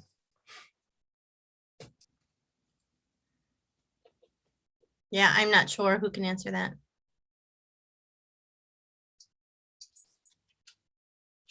Steve, no? All right, we can wait on that. Thanks. Okay, we'll add that to the list for tomorrow. Yeah, I think it's planning. Tom would definitely be better served giving the details there, but I believe this was a gap that was believed to be early on in the project, but I think it's being pushed off a little bit, so we may not need it, but he would definitely be able to give you more details than I, so. Thanks. Great. Any other capital projects questions? Cynthia? Would planning be the appropriate person to ask about the EV charging stations and the electricity feasibility assessment? Yeah, I think Luis would be the best person to talk to about that. Okay. I think we did send around the answer to that question. I think you had asked that one, Faith, right? We got the answer to that question and that was sent around in an email. I can resend or dust that off. He wrote something. I had a question about the charges too, that he wrote a pretty lengthy response to, and I think it did include other responses. That was the email from Faith? Yep. Yes, thank you. It should be. I found it. Thank you very much. Donna? I think that had been my question, and the answer was a little bit longer than I needed. I basically wanted to know if people are charged for the electricity when they use the stations, the public stations, and if we're reimbursed at cost for that. So I still don't think I know the answer to that. Sorry, Don, are you talking about existing stations in the garages or are you talking about future stations? I guess both in that case, right? Oh, yeah, we're currently not charging for the ones in the parking garages, but there's ongoing conversations about what type we will install in the new Green Street garage, and it most likely will be ones that charge. No, I should clarify, charge money, not just charge electricity. Yeah. So what's the rationale for not charging now? I don't know. I did not. I wasn't around when that decision was originally made, but I think it is worth re-investigating and reconsidering. I strongly agree. Well, in actuality, I don't think the existing units that we have the capability of charging like credit cards and things like that. So that's probably part of it. But a lot of these companies, they are more app based is what we're finding. And that's where they do the majority of their business and collect most of their funds. Thank you. Great, thanks, Eric. George, I see your hand. Wait, Cynthia, is that a related question? Yes, and I'm reading through the answer again, and I also think, I guess my question was, so the 40,000 for the EV charging stations, that's for construction and implementation, or I don't even know, integration? That's just for the machinery to implement this and in the new garage, is that right? No, I think what's been proposed here is from the planning department, which I'm assuming is some of the on-street stations that Luis has been talking about. The new chargers that will be in the rebuilt Green Street are part of that budget. So that's separate from I assume what's been asked for here is Luis has been talking about West State Street specifically as like an electric corridor. So I believe that's what this is for, but I'm not sure. Okay, thank you. George? Thank you. I don't know who I'm asking this question, but what does the archive manager migration mean?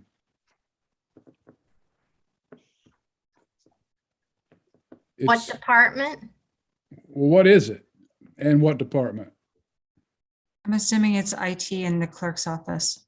I think, yeah, I'm just going off of memory, but I think it is the clerk's office and trying to get more things digitized and less paper. Oh, okay, thank you. That makes sense. Julie would have to explain it. That makes sense. I'll just ask her. Thank you. And then the only additional information I see about this EV charging 40,000 is that in the presentation, the PowerPoint presentation for capital projects, it says, as part of the Green New Deal, the city intends on converting at least 50% and then of the municipal fleet to electric vehicles by 2025. And then it says this project includes the installation of 4 public level 2 electric vehicle charging stations with 2 charging points each in downtown Ithaca, with a total of 8 charging points. 2 downtown stations will be reserved for car share vehicles. So I don't know if that gets at what you were asking for, but we can still ask Luis to be here tomorrow as well. Thank you. That's very helpful. Yep, that was page 51 of the capital projects PowerPoint. Anything else on capital projects?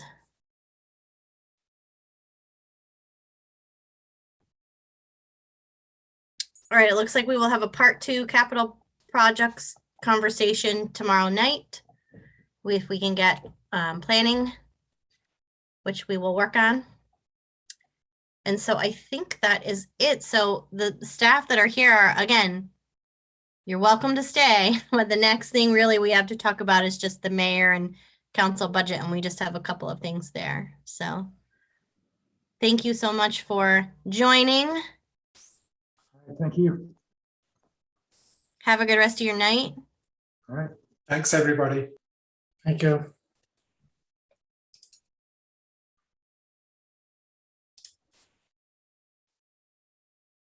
So I think really the only things we had mayor and council budget on tonight. I know George had sent some information around about council salary.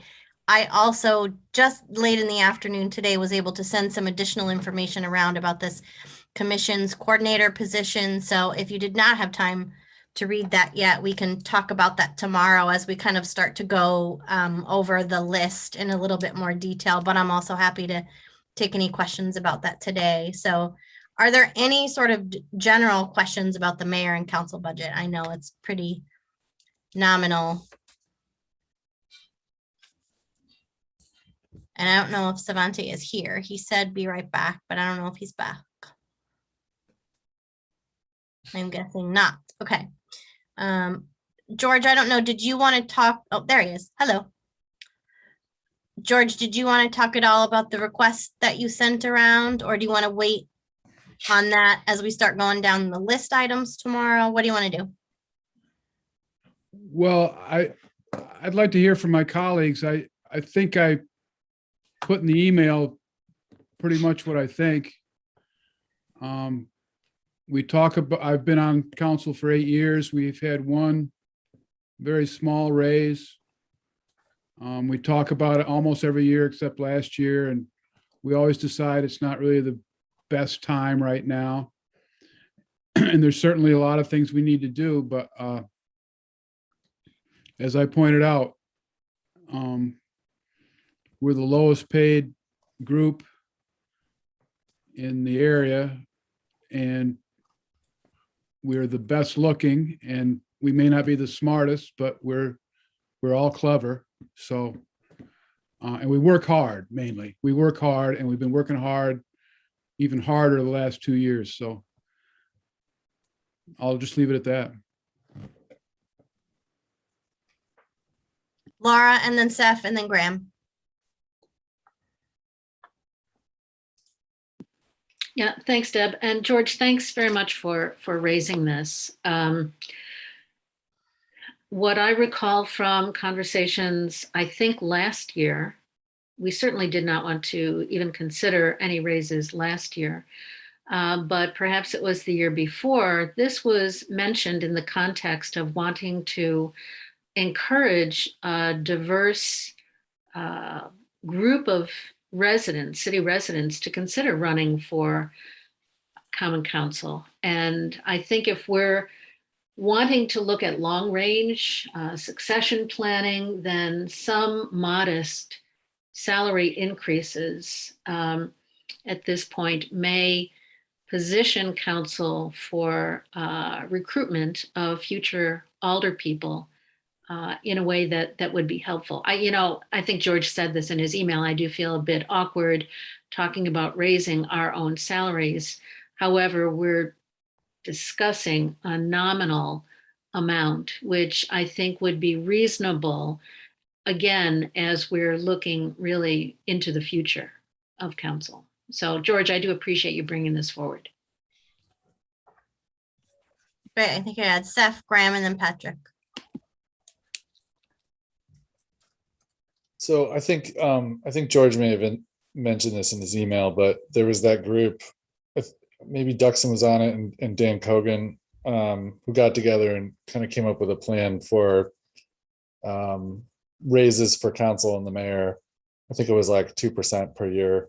I think that makes a lot of sense doing it that way, instead of having to have this big conversation like, every half decade or so about whether we're raising salaries. I think it makes sense to try to do it a little bit every year. And I do think, to the larger point, there is an equity issue, because we do want to attract people who otherwise might not be able to do this because they have families or they have other obligations. And, it's a challenge to be able to pay for things. So I do think it's a good idea. And I think it makes sense to implement it in a kind of rational way, so that it's not just this like arbitrary thing we're forced to talk about every decade. Graham, and then Patrick. Thanks, Deb, and George, thanks for bringing up this topic again. I don't have a conflict of interest anymore, so I'm much more willing to think about this in the kind of long term. I guess I'm a little concerned. So you've suggested putting 50,000 into this. Is that? I'm concerned that that's a big jump. I mean, compared to town members, it's not a huge jump. I mean, there is this gap, but it represents a 50% increase, which I think is pretty large in one go. And so I'm wondering whether we shouldn't think about having some kind of phased increase, as Seth mentioned, over a number of years to kind of make things up rather than in one go. So that's my initial reaction to your suggestion. But I hope other colleagues will weigh in as well on that. Great. Patrick? I just wanted to go back to sort of Laura's point for a second, sort of about the either the equity sides of it. I think would be helpful just to like give some of my math for a moment. I pay more for housing than my entire council salary. And that's fine for me as a student because I can take out loans to sort of make up the gaps and everything else. But I can't imagine if I was, a 25 or 30-year-old who wanted to get involved with the city, but sort of understanding I need to dedicate a part-time job to this, which won't even cover all of my housing, much less food and other things, and then having to find the other job to cover the rest. So the only part I want to throw out there is if the intent is to try and make it a little more equitable and trying to make it easier for more candidates who don't have as much financial needs or even not necessarily financial backing, but just the ability to get financial backing through loans or other things, some sort of increase, I think would make sense if you were trying to bring in more new and younger people who don't already have themselves established financially. Graham, is your hand still up from before? Sorry, Deb, thanks. No, that's okay. George, go ahead. Yeah, just to answer Graham's concern, it is a 50% increase, and that's the reason I picked that is because we've had no increase for so long. And I agree with Seth and others that going forward, it would be good to just have a modest increase built in. I thought about saying, well, what if 3,000, 4,000, but I chose 5,000 because we've gotten no increase for so long. And when you compare it to the town of Ithaca's board members are going to make $16,000 a year next year. So I don't think it's an unreasonable amount. But I mean, we can decide as a group what we think.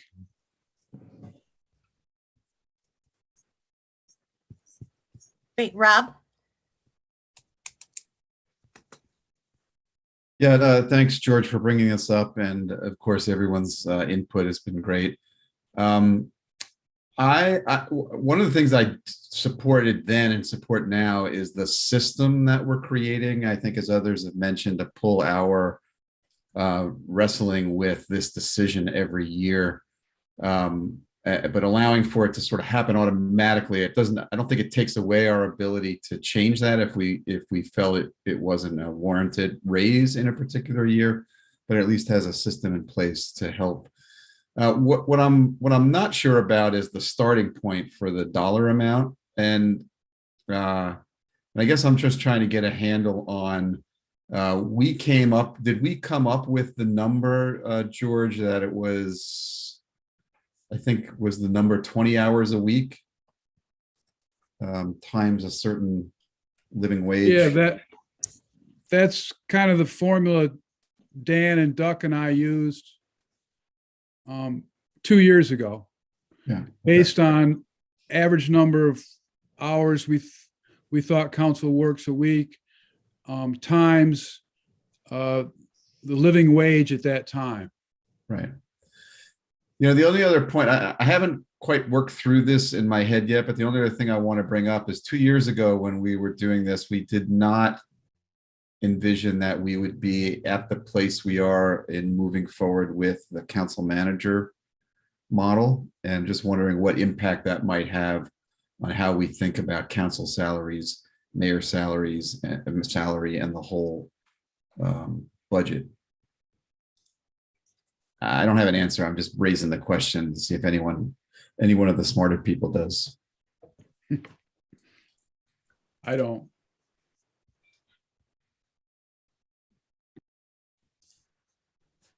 Donna, and then Laura. Oh, I'm sorry, I don't have an answer to Rob's question.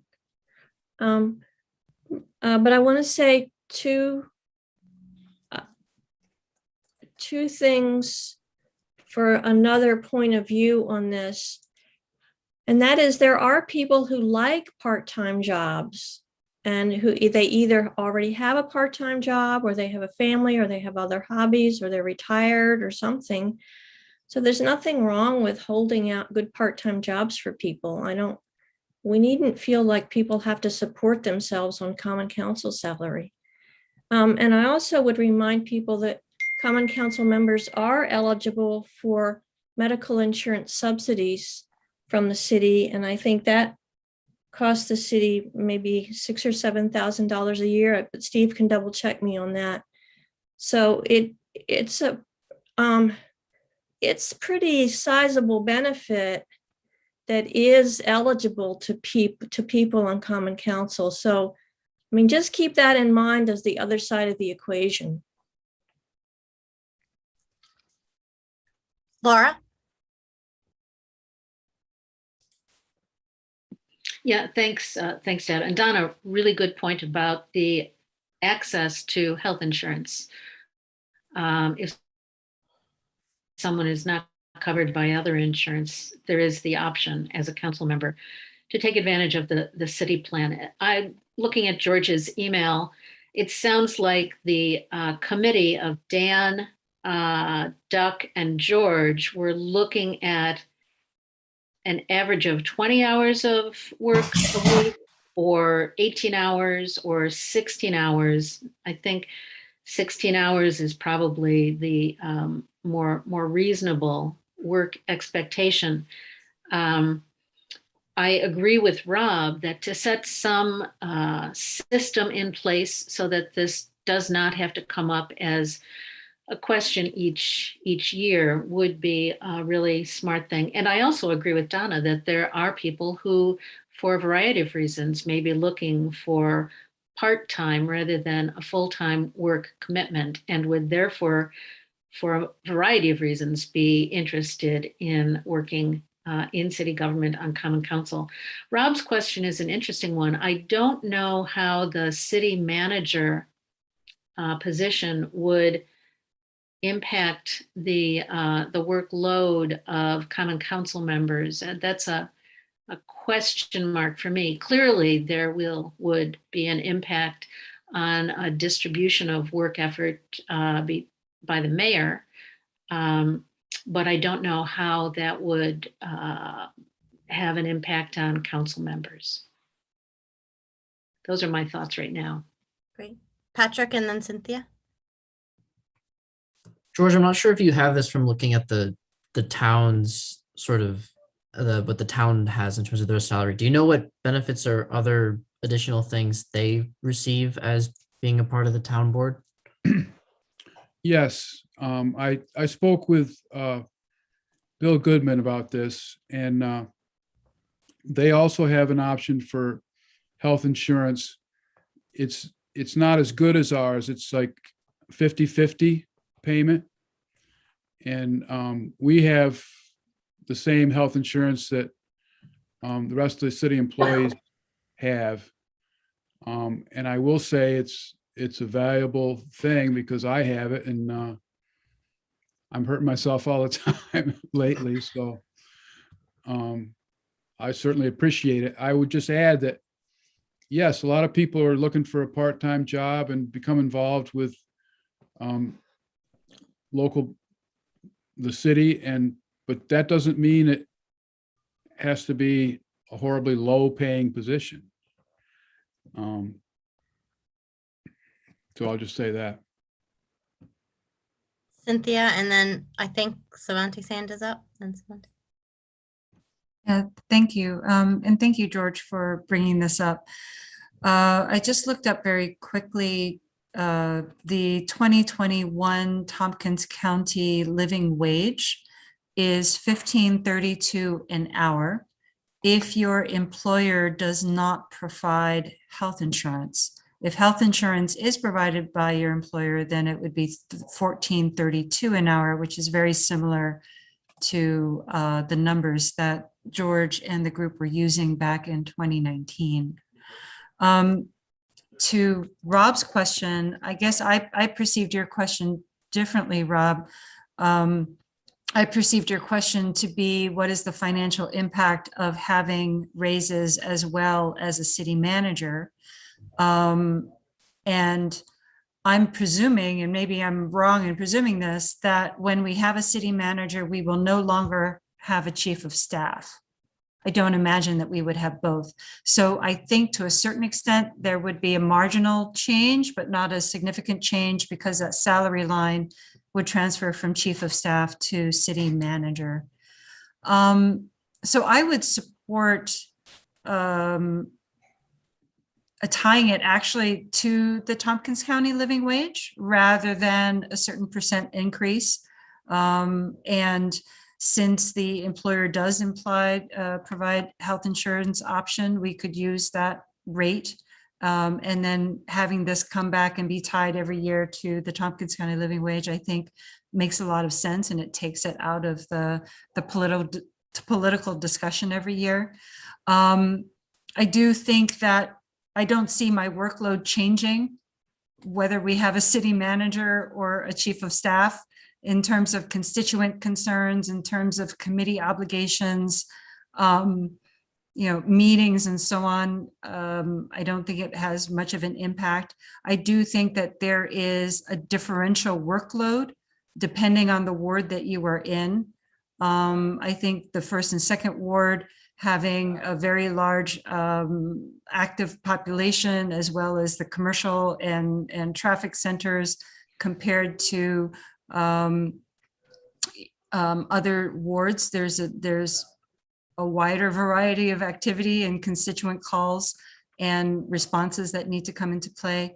So perhaps during redistricting, there might be a different distribution of workload among the wards that would bring all of us down to 16 hours a week. I am not spending 16 hours a week. I don't think I'm spending 20. I'm probably spending more.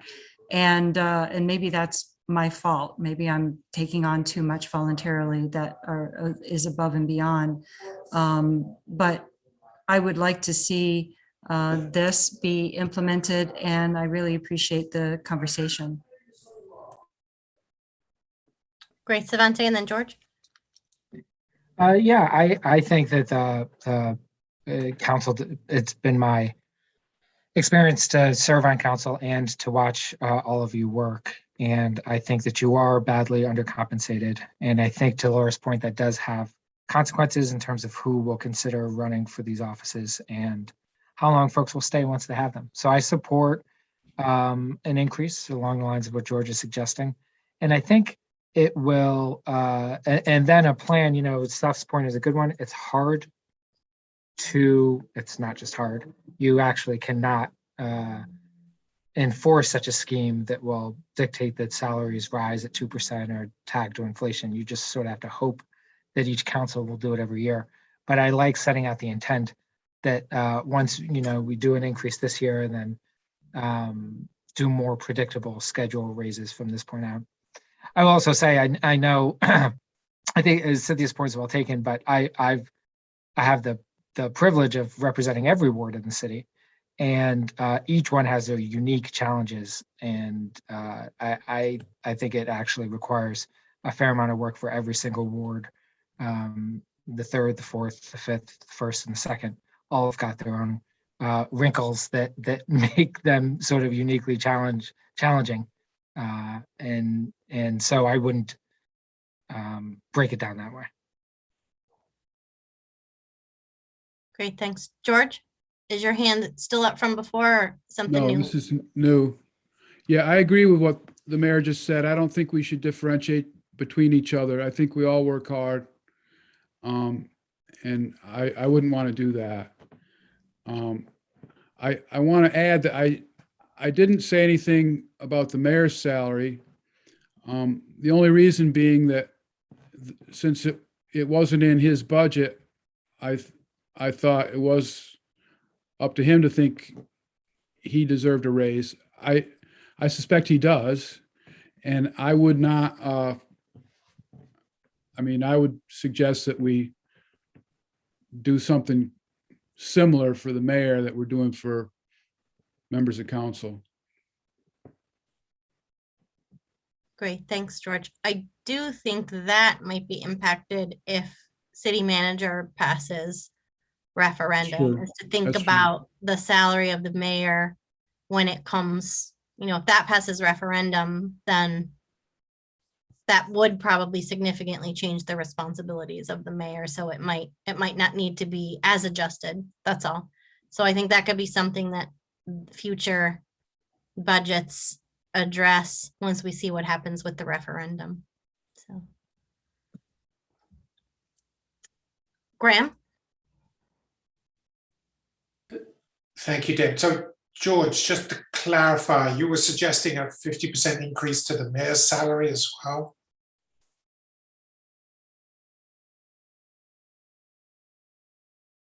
George, you're muted. I was suggesting looking at the numbers that Duck and Dan and I came up with 2 years ago and picking one of those. I honestly don't know what the mayor's salary is now. Is it like 250,000? Yeah, something like that. Yeah, I think those numbers. So what we did, I didn't do it, but the group that looked at it pegged it to the civil service scale and did the normal HR calculations compared to all of the positions that they supervise. And I think it ends up being closer to a tripling, a 200 or 300% increase as opposed to a 50% increase. I think that is, I'm not going to advocate for that, but I think that is appropriate. And I think it's one of the reasons we've either have to. I think if we do not pursue a city manager, then we do have to double or triple the mayor's salary, because right now, everybody I supervise directly makes twice as much as I do.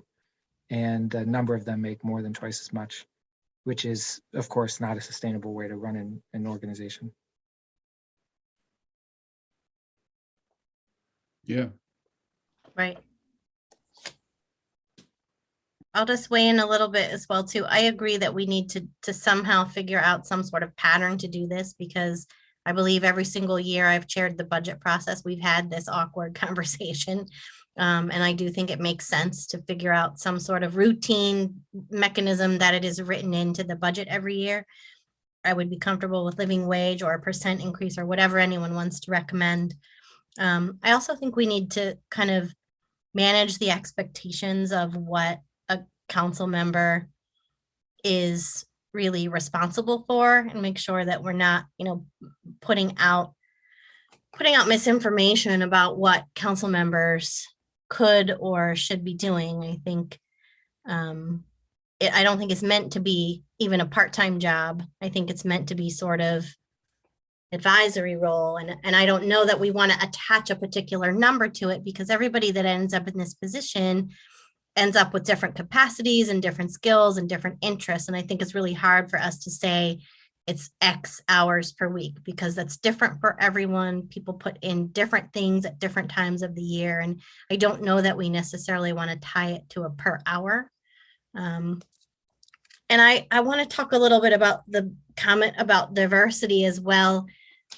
I don't think it's only the salary that is preventing us from getting to diversity on this board. I think there are several barriers that we really need to take a look at. And if we are serious about that, then I think childcare is an issue. I think the meetings are in the evenings, and I think that is problematic for a lot of people. So whether there be some sort of additional childcare stipend or some sort of offering, offsetting that barrier. I also think we have to remember these are not jobs that people apply for. These are roles that people have to campaign for. And I think campaigning is probably a significant barrier. I think a lot of people might assume that that's costly, or it takes money, or it takes time. And there's a lot of people that don't have a good network around them or the support that they might need in order to run a campaign either. So I think that's just other things that I think we need to take into consideration, other than just the salary of the of the position. My opinion is I don't know it was ever designed to be fully a part-time job. And I think there's other things we need to do in order to look at how can we be more diverse? How can we have more people running? There's a lot of work to be done in that area, in addition to making sure that the salary is tied to living wage or some sort of better measurement on an annual basis. So just my thoughts. Anything else on that? Patrick? Yeah, I'm not sure what the formal term or word would be, but Deb, would there be some version of a subcommittee in which we could put some folks together to further look into that beyond the salary and budget stuff for this rest of this year? Yeah, I don't know that, again, it would even need to be done specifically in this year. I think that could be something that we take a look at, honestly, tagging into the request that I put on the list. If we ask one of our commissions to really dive into this, right? So like the Community Life Commission might be able to really tackle this issue of what are the barriers for people running for office? Are there supports that are needed? Are there, I think that it is something that's worthy of exploring. And if we're intent on elevating the diversity of not only our elected offices, but our volunteer positions, we need to put some work and some energy and some resources into identifying what those barriers are. So for sure, it could be a project that city administration tackles. It could be a project that we give to Community Life Commission. I think to try to do something in the next 2 months wouldn't work out, but it would make sense to start a group looking at that and doing some real good forums and discussions with the community about what are the barriers to running. I'd love to help with that in any way. Great. What other questions do we need to talk about this evening? Do we need to go over the list again? Oh, did anyone want to talk about the position that I was proposing tonight, or do we want to do that tomorrow? Give you all a chance to look at the materials that I sent around, which I apologize for how late they were, but you got them this afternoon. So, Rob? Well, just before you go there, just quickly, I want to make sure, George, if do you have a formal proposal you're putting forward around this that we should be adding to the calculator, or are we just? I put $50,000 on the calculator. That's what George. Okay. So the version of the list I sent around this afternoon It has that. had that at 50,000 on it. Okay, thank you. I feel like that can go up or down based on wherever we land with whatever way. I am hearing consensus that we want to do something and that it should be tied to some sort of formula. So I don't know who wants to go back and calculate proposed formulas. That's fine. I think George just started at 50,000, and that's maybe not an unreasonable place to start. But if other people want to start somewhere else, then you're welcome to do that as well. And we could talk about that, give people a chance to think on it and talk about that tomorrow. But at least George gave us a starting place. So. Thank you. Yep. George, that was right? 50,000 you put? Yes. That would have, yes. Rob? So Deb, yes, I would like to talk about the position that you've put forward. You want to do that? I'm just sensitive to people maybe have not had a chance to read what I sent around this afternoon. So if everybody has read it, we can do it now. If not, I'm happy to wait until tomorrow. I have not seen it yet. Okay. But I'm not cutting Rob off if he wants to ask a question. No, I was just going to ask Deb if she felt any need to elaborate any of that, but we can wait till tomorrow when we all have a chance to read the document. Sure. And again, I put a random amount of money associated with this as well. I would be open to conversations about, does this person start not in January or mid-year? Is this a half-time position? Is it a full-time position? I'm not sure.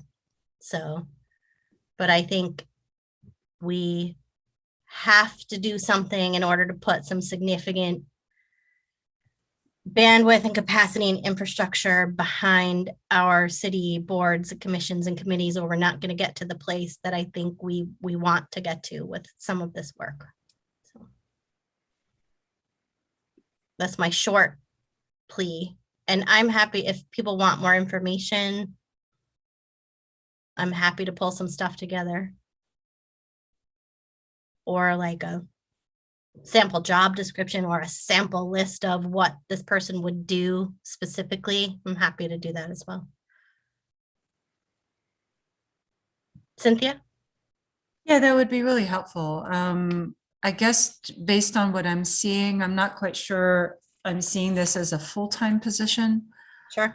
And I'm looking back at the requests, you know, is this something that could be folded in with the events coordinator position if we're creating a new position in that way, or community outreach, or out of the clerk's office? I don't know.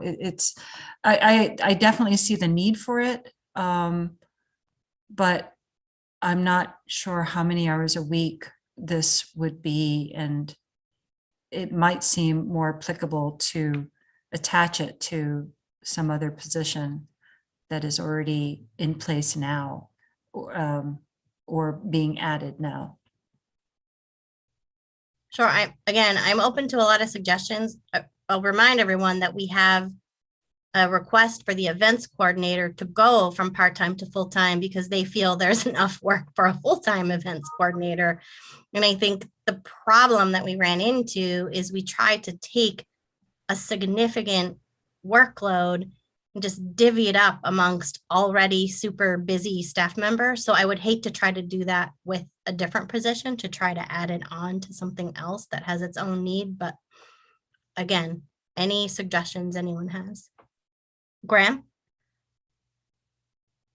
Thank you, Deb. Well, you offered this. It would be helpful. I mean, and you know some of the issues with the commissions, I think. So having a list of kind of what this position would be doing to solve some of the problems. I mean, I know one of them is just recruiting people to the commissions. I mean, a lot of them are understaffed, so it's challenging to get. So it would be great to have a kind of partial list of the priorities for this kind of position. I think would be very helpful. Sure.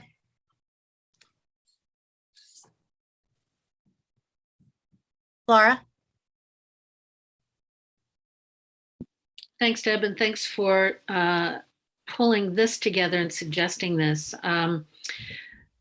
One of the things you mentioned is the expectation of staff who have been tasked over the past couple of years with supporting the commissions. And that has been an extra, unanticipated in many respects, burden on some staff members. And so a position such as the one you're suggesting would alleviate some of that pressure on staff, which I also think is a smart thing for us to be considering.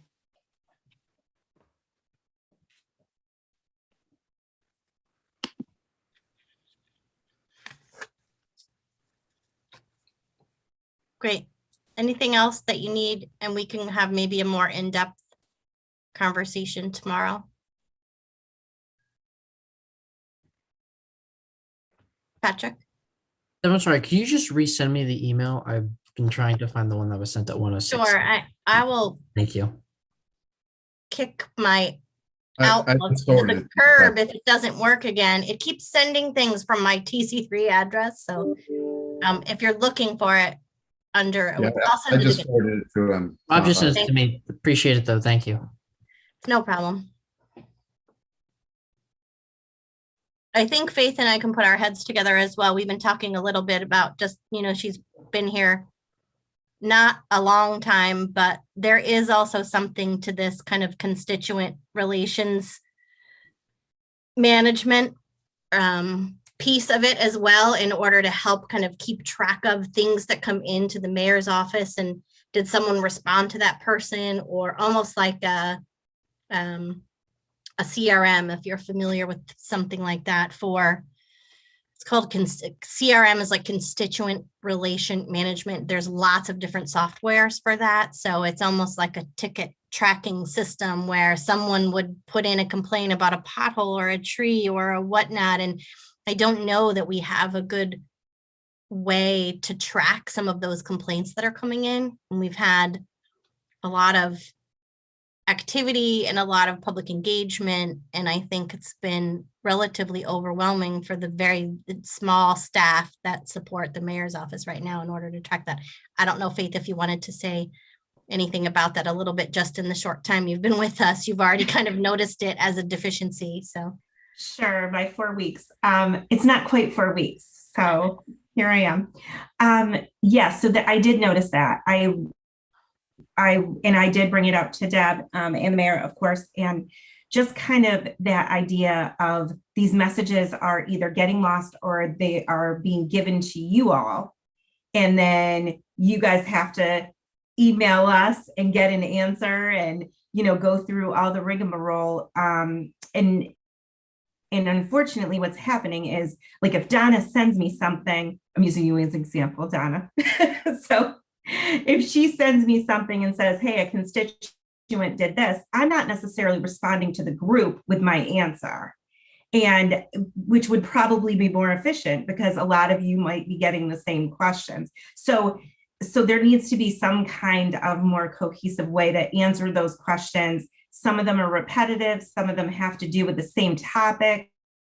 You know, we could talk about this to nauseam, the topics that come in, but to have that answer so that not only you all have the information, but the constituent can easily get the information from us, I think it could streamline a lot easier.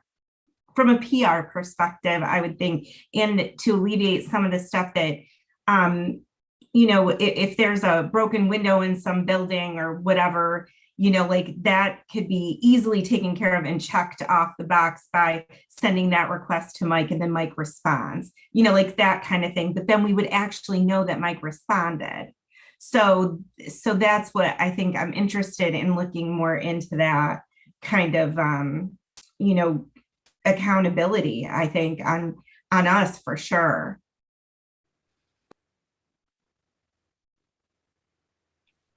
So that's the constituent relations piece of the position we were looking at, sort of generalized support for the mayor, the commissions, city volunteers, et cetera. So I'll come up with a sort of a big bucket task list. We can put our heads together on that. Cynthia? I love the idea of a ticket process. I've seen it in other cities, and I found it incredibly efficient, especially when questions come from one department, move to another department. And then, you know, getting a call from the city of Seattle right away within 24 hours of something is just stunning. If something like that were to be implemented or to be explored, I would highly encourage allowing council members to, I guess, participate in that, because it would help us keep track of things. Many time projects take years. You know, you start off something and then, you know, it goes through the committee and then trying to look back and figure out who was it that was interested, involved, engaged around this. Sometimes months or even a year later is hard to piece together through just an email system where you're trying to figure out a search word that will capture something that was done. So I think that's a wonderful thing, and I highly encourage making it open to all common council members. Yes, Cynthia, I think that you hit the nail on the head right there. I mean, that would be exactly what it would be used for. You'd be able to search by issue. You'd be able to search by, if people give us their names, you'd be able to search by their name, by your ward, by, you know, like there's the data processing of this is very inexpensive and not, it would easily be available to council members and department heads, and there would just be tracking of all these issues with that with that system. I've worked in a couple places where that's how we've done it, and it has been incredibly efficient. Great, but again, to do something like that well, you need a person who is kind of managing that piece, right? So I think that's what we're thinking about is you look around the city and there just isn't anyone that it appears that could be added to someone else's plate, especially with a lot of the changes and retirements we have coming forward. So that was the thought behind these two pieces, but we'll get you something for tomorrow. All right, thank you for entertaining my idea. So the list, I don't think we made any significant changes to it since the version that I sent out earlier today. Does anyone have, George? So I have two questions. Can we take the pool repairs off the list and agree that we want it on ARPA funds? Well, they could stay on the list, but then we would just say that they would be paid for with ARPA funds. Because we would have to still amend the budget if we intended to spend additional monies on that project. But then when we move through all the items on the list, we actually vote on them as an amendment. You have to say where you want the funds to come from when you vote on that. So what you would do is if you wanted that to be included, you would move it and you would say, I move that we add this money to the budget, but that it be funded through the ARPA funds. So does that mean we should add to the list the pool funding that was in the budget already as a subtraction? I think we could do it either way. We could also just modify the number that's on the list to be the whole amount and say that whole amount is ARPA. That's fine with me. Take it away from bond, either or. We could do it either or.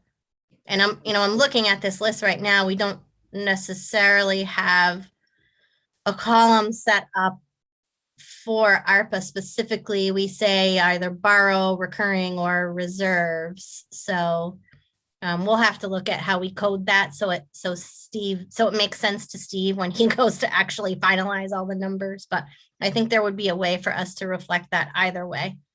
So we either change the number and say it's all coming from ARPA, or we do that. Steve just needs to know the final number and the final location for how we decided to pay for it. Right, Steve? That's right. Yes, Deb. So are we deciding that tomorrow?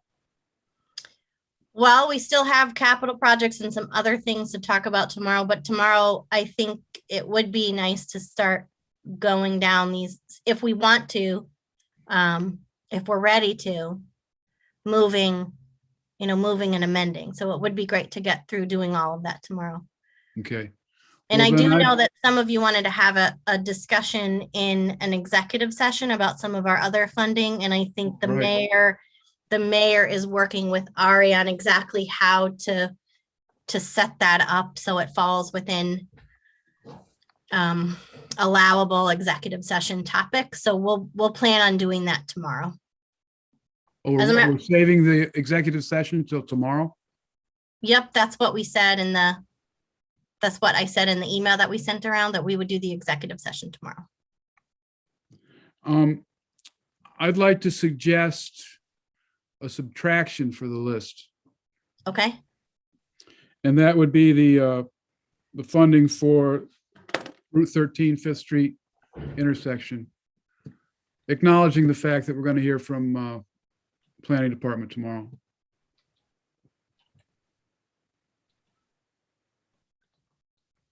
Great. Do you know the amount of that? I can look it up. It's 610. Wait a minute, that's wrong. $612. $612,000. Okay.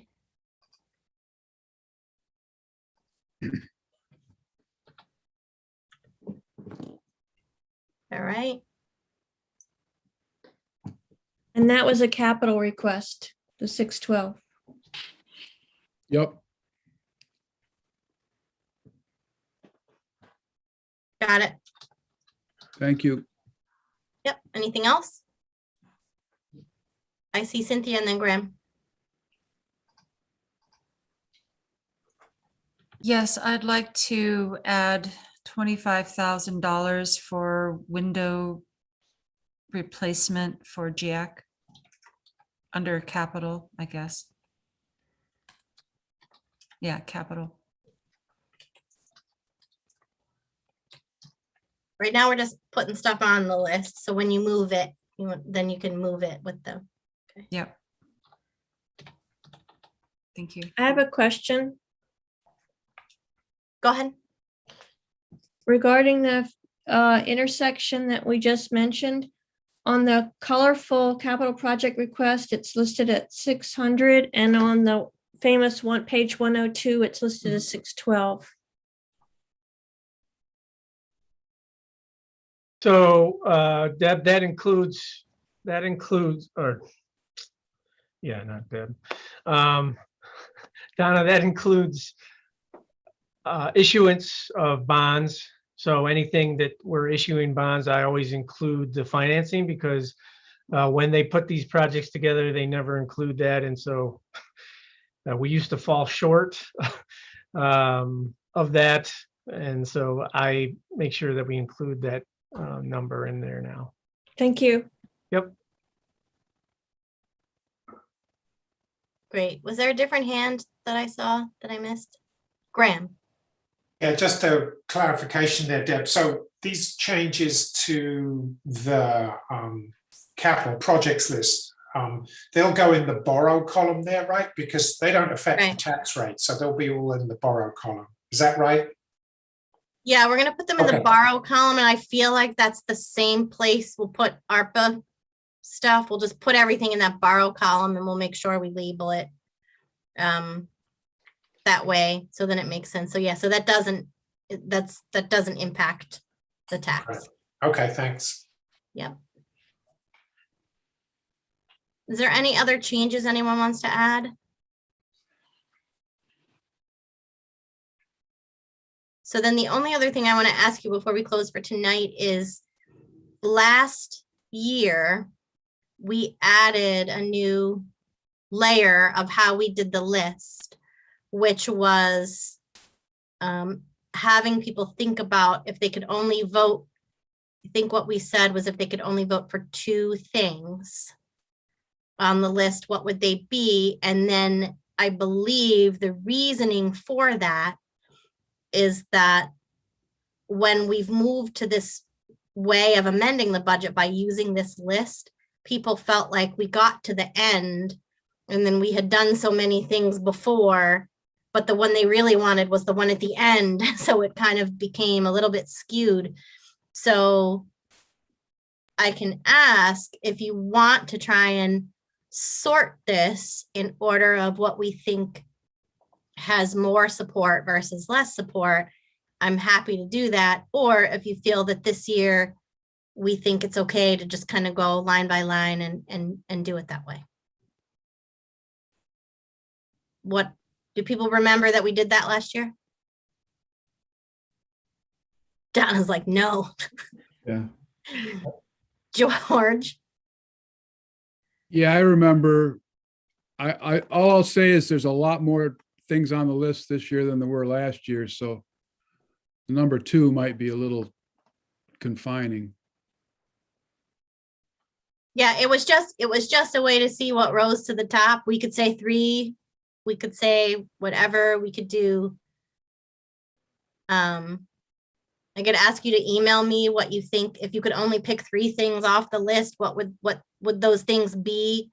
And I can try to sort that in some way for tomorrow night if you feel like that would be helpful. How about 4?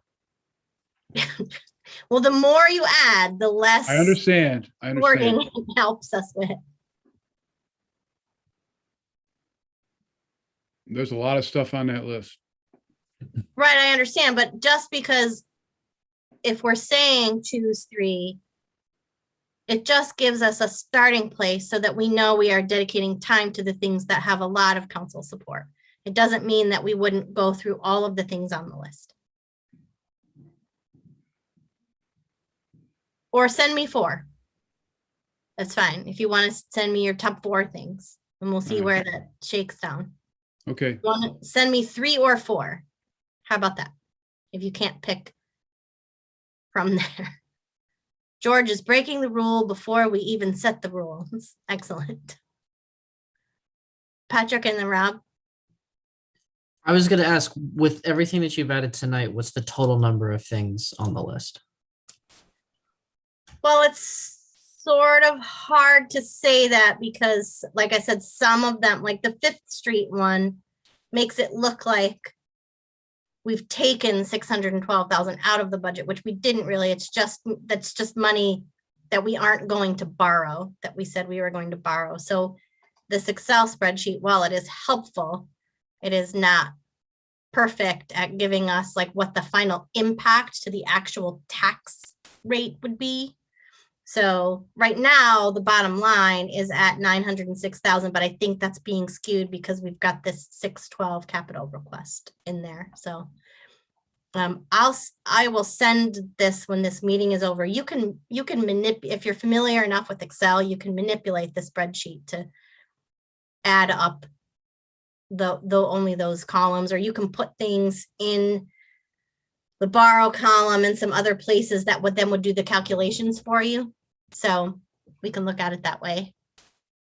Okay, yeah, I guess I was asking about like how many, if we're looking at like picking your top 3, is it a total of like 20 now? I guess the sheet from today, I think I had there's 15. Right now there are 18 items on it. Okay, then yeah, I think a top 3 makes perfect sense. Okay. I'm sorry, I thought you said amount of money. My fault. Rob, and then Graham, and then George. Yeah, I just wanted to weigh in and say I think it would be really helpful for us to get some kind of collective priority. So if we're all interested in the same 5 to 6 topics, those are the ones we focus on. And if none of us can prioritize another 5 or 6, then those are the things we'll go to last and see if we have the tolerance within the budget. So I'd even suggest even more than 3 or 4, but I'll go with whatever the group thinks is the right number. Graham? Yeah, I mean, I'm a little bit uncomfortable about doing this just because I know we want to try and be efficient, but it seems like it's almost like secret voting. I don't know. I'm concerned because there's some new things that have added that I haven't really thought about too much. So, I mean, I'm happy to go along with this, but it seems to me that, we could also order by, amount of funding or something like that and try and focus on that. But I mean, I'll go with the consensus. I'm just a little bit concerned that some of the kind of, I need some more conversation on some of these before I decide on whether to support them based on, what I've heard tonight. So I'll just mention some caution there. Yeah, I mean, again, we make suggestions and tweaks to a budget process that we live through for that year. Yet then the next year we go through a budget process. It's a totally different scenario. We have all kinds of different, so it may not make sense to use this tweaked adjustment that we applied because we have different issues or different problems this year. And certainly the ARPA funding is adding a complication to it this year that we have not had in past years. I'm just trying to and I hear what you're saying about secret voting, but I don't necessarily feel it would be that way because we'd be really transparent and put the list up in the order of which, it kind of filters that way. So it doesn't matter. It really doesn't matter to me. I'm just I'm turning it over to all of you we've all lived through this process enough, and I do think that we have it definitely down that if we left it exactly this way, we would still make it through okay to the other side. So, Rob, is your hand still up from before, or do you have something new? No, I just wanted to point out that I understand Graham's concern, but I'm not suggesting in any way that we wouldn't talk about every single thing on this list. We just would reorder it. And remember, this process did not come out of last year's conversations. It was from 2 years ago. Right. And, when we also had a lot of things on the list and a very small margin to work with. And it was challenging to just address these things in the order they got added to the list. And I think we missed out on adding some things to our budget because we just felt we didn't have the room for them that had a lot of support. But it felt like it was too late. George? Another variable that we should keep in mind is that we can change the dollar amount of any of these if we want to. Yep.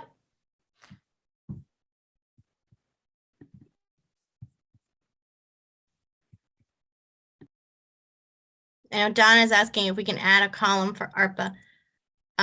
I don't know. I'm afraid to add a column to this document and break all of the magical behind the scenes Excel calculations that are in the document. So I can try, but I feel like we could use the borrow column and that'll have the same impact that it would have, unless Scott or Steve want to play around with it and see if they can add a column that would have the same kind of calculation as the borrow column.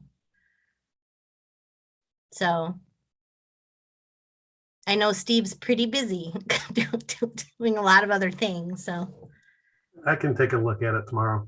All right, Yeah, I was thank gonna you. say, we can look at it and see if we can get that for you.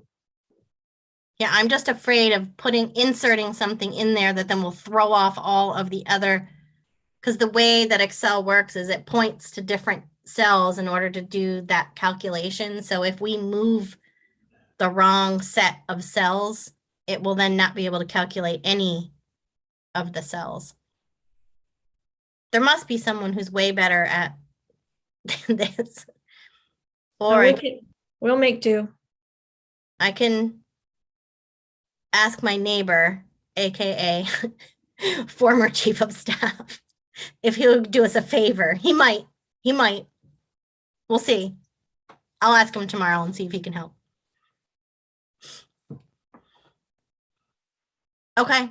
I didn't hear like a solid, we should rank, we shouldn't rank. I'm hearing everybody is kind of like, what do you think? I think it's a good idea to rank because we don't want to waste a lot of time. I agree that we should address everything, but we shouldn't spend a lot of time having a minor debate on something that only 2 or 3 people are interested in. Okay. I agree. So wait. Cynthia? I mean, if you're we only wish to do given this, if you're therefore- only given 3 things, it doesn't mean that you're not interested in the others, right? So I don't think that we should, even if we rank, it shouldn't be the definitive that means you're not interested. I'm obviously interested in way more than 3 things. So Yeah, this is just a way to see which has strong support. So those are tackled first, because I feel like we came up with this a couple years ago because we had a lot of really big ticket items. And because we tackled the list in the order in which the items appeared, we all supported lots and lots and lots of little items that added up to a big dollar. And then by the time we got to the things on the bottom of the list, I think there was a concern or a frustration that we now didn't have enough space in the budget to add some of those things that people felt very strongly about, but because it was the last thing on the list, we got to it last. Does that make, do we remember that happening? Mm-hmm. So the idea behind helping to filter them in some way is to make sure we're addressing the ones that we feel have more support than others. But to Cynthia's point, some of you might want to vote for every single thing on this list, and that's okay. But I assume you would have a priority of some over the other. And then also remember, the way we do this is someone has to move it and someone has to second it. And then what we try to do is not have significant amount of discussion on each of them, because presumably we've had all of the discussion related to that item leading up to it. So once we get to that place where we're kind of moving and seconding, then it should kind of move along. So the notion of, I'm going to second it because I would like to talk about it some more, maybe does not apply during the budget process. That's all. And if there's anything on here that you want to talk about more, then we should do that tomorrow to whatever level you need before we start the voting and the amending. George and then Graham. And just to be clear, the things we are most in favor of don't necessarily have to be the biggest ticket items. Nope, they do not. Right. Okay. Graham? Okay, just so that I'm clear. So what's the number and when do you need the ranking by? How about 4 to 5 items, and by, I don't know, I need time to put it together before the meeting tomorrow, which is at 6. So 2 o'clock? And can you send us the list before the meeting once you have it, the re-ranked one? Yep. Okay, great. Can you send us the list as it is now? When this, yep, that's what I'll do when this meeting's over. Thank you.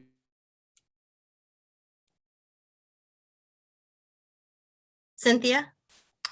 Laura, right to counsel is, your intention was ARPA funds. That's not a budget fund, right? Because presumably I'm thinking about budget items differently than I'm thinking about budget items, but this doesn't tell us what is a budget item and what is a borrowing. No, I wasn't necessarily thinking about it as ARPA funded. Oh, so you were looking at 125,000 in the budget itself? Yes. Okay. So the vehicle replacement, the pool,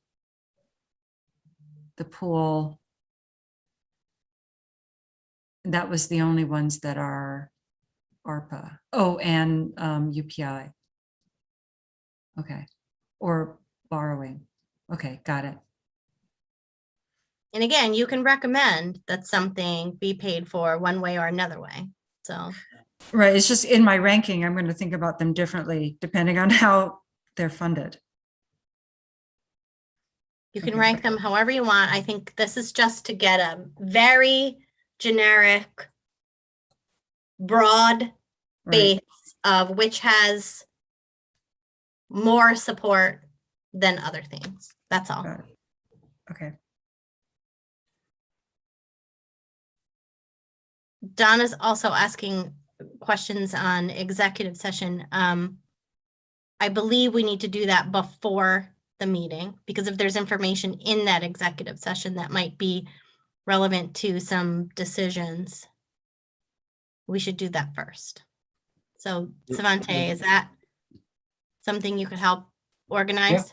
Yep, that's fine. There's, again, just have to pin down what the rationale for the session is, the legal rationale, and then we could do that first. Okay, so plan on doing that first thing when we start tomorrow. Okay, is there anything else anyone needs before we do this all over again tomorrow night? We're going to invite planning to have a quick capital projects discussion. We're going to have our executive session to start off. You're all going to send me your top few by 2 o'clock tomorrow.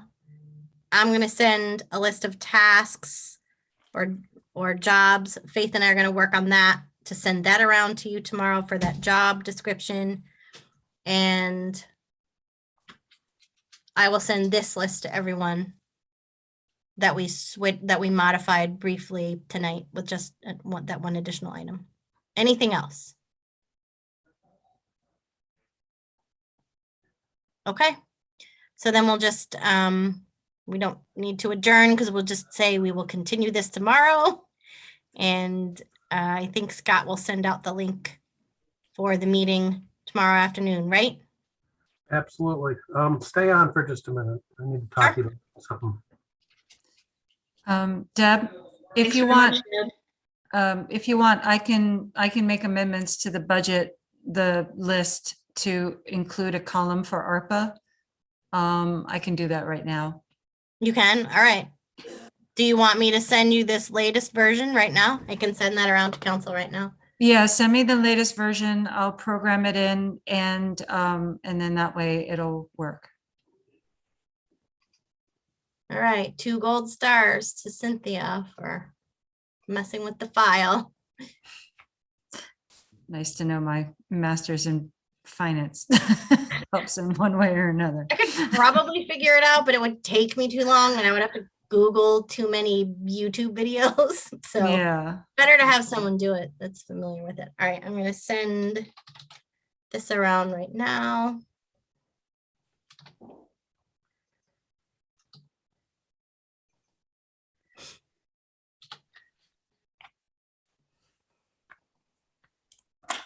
All right. You should have that.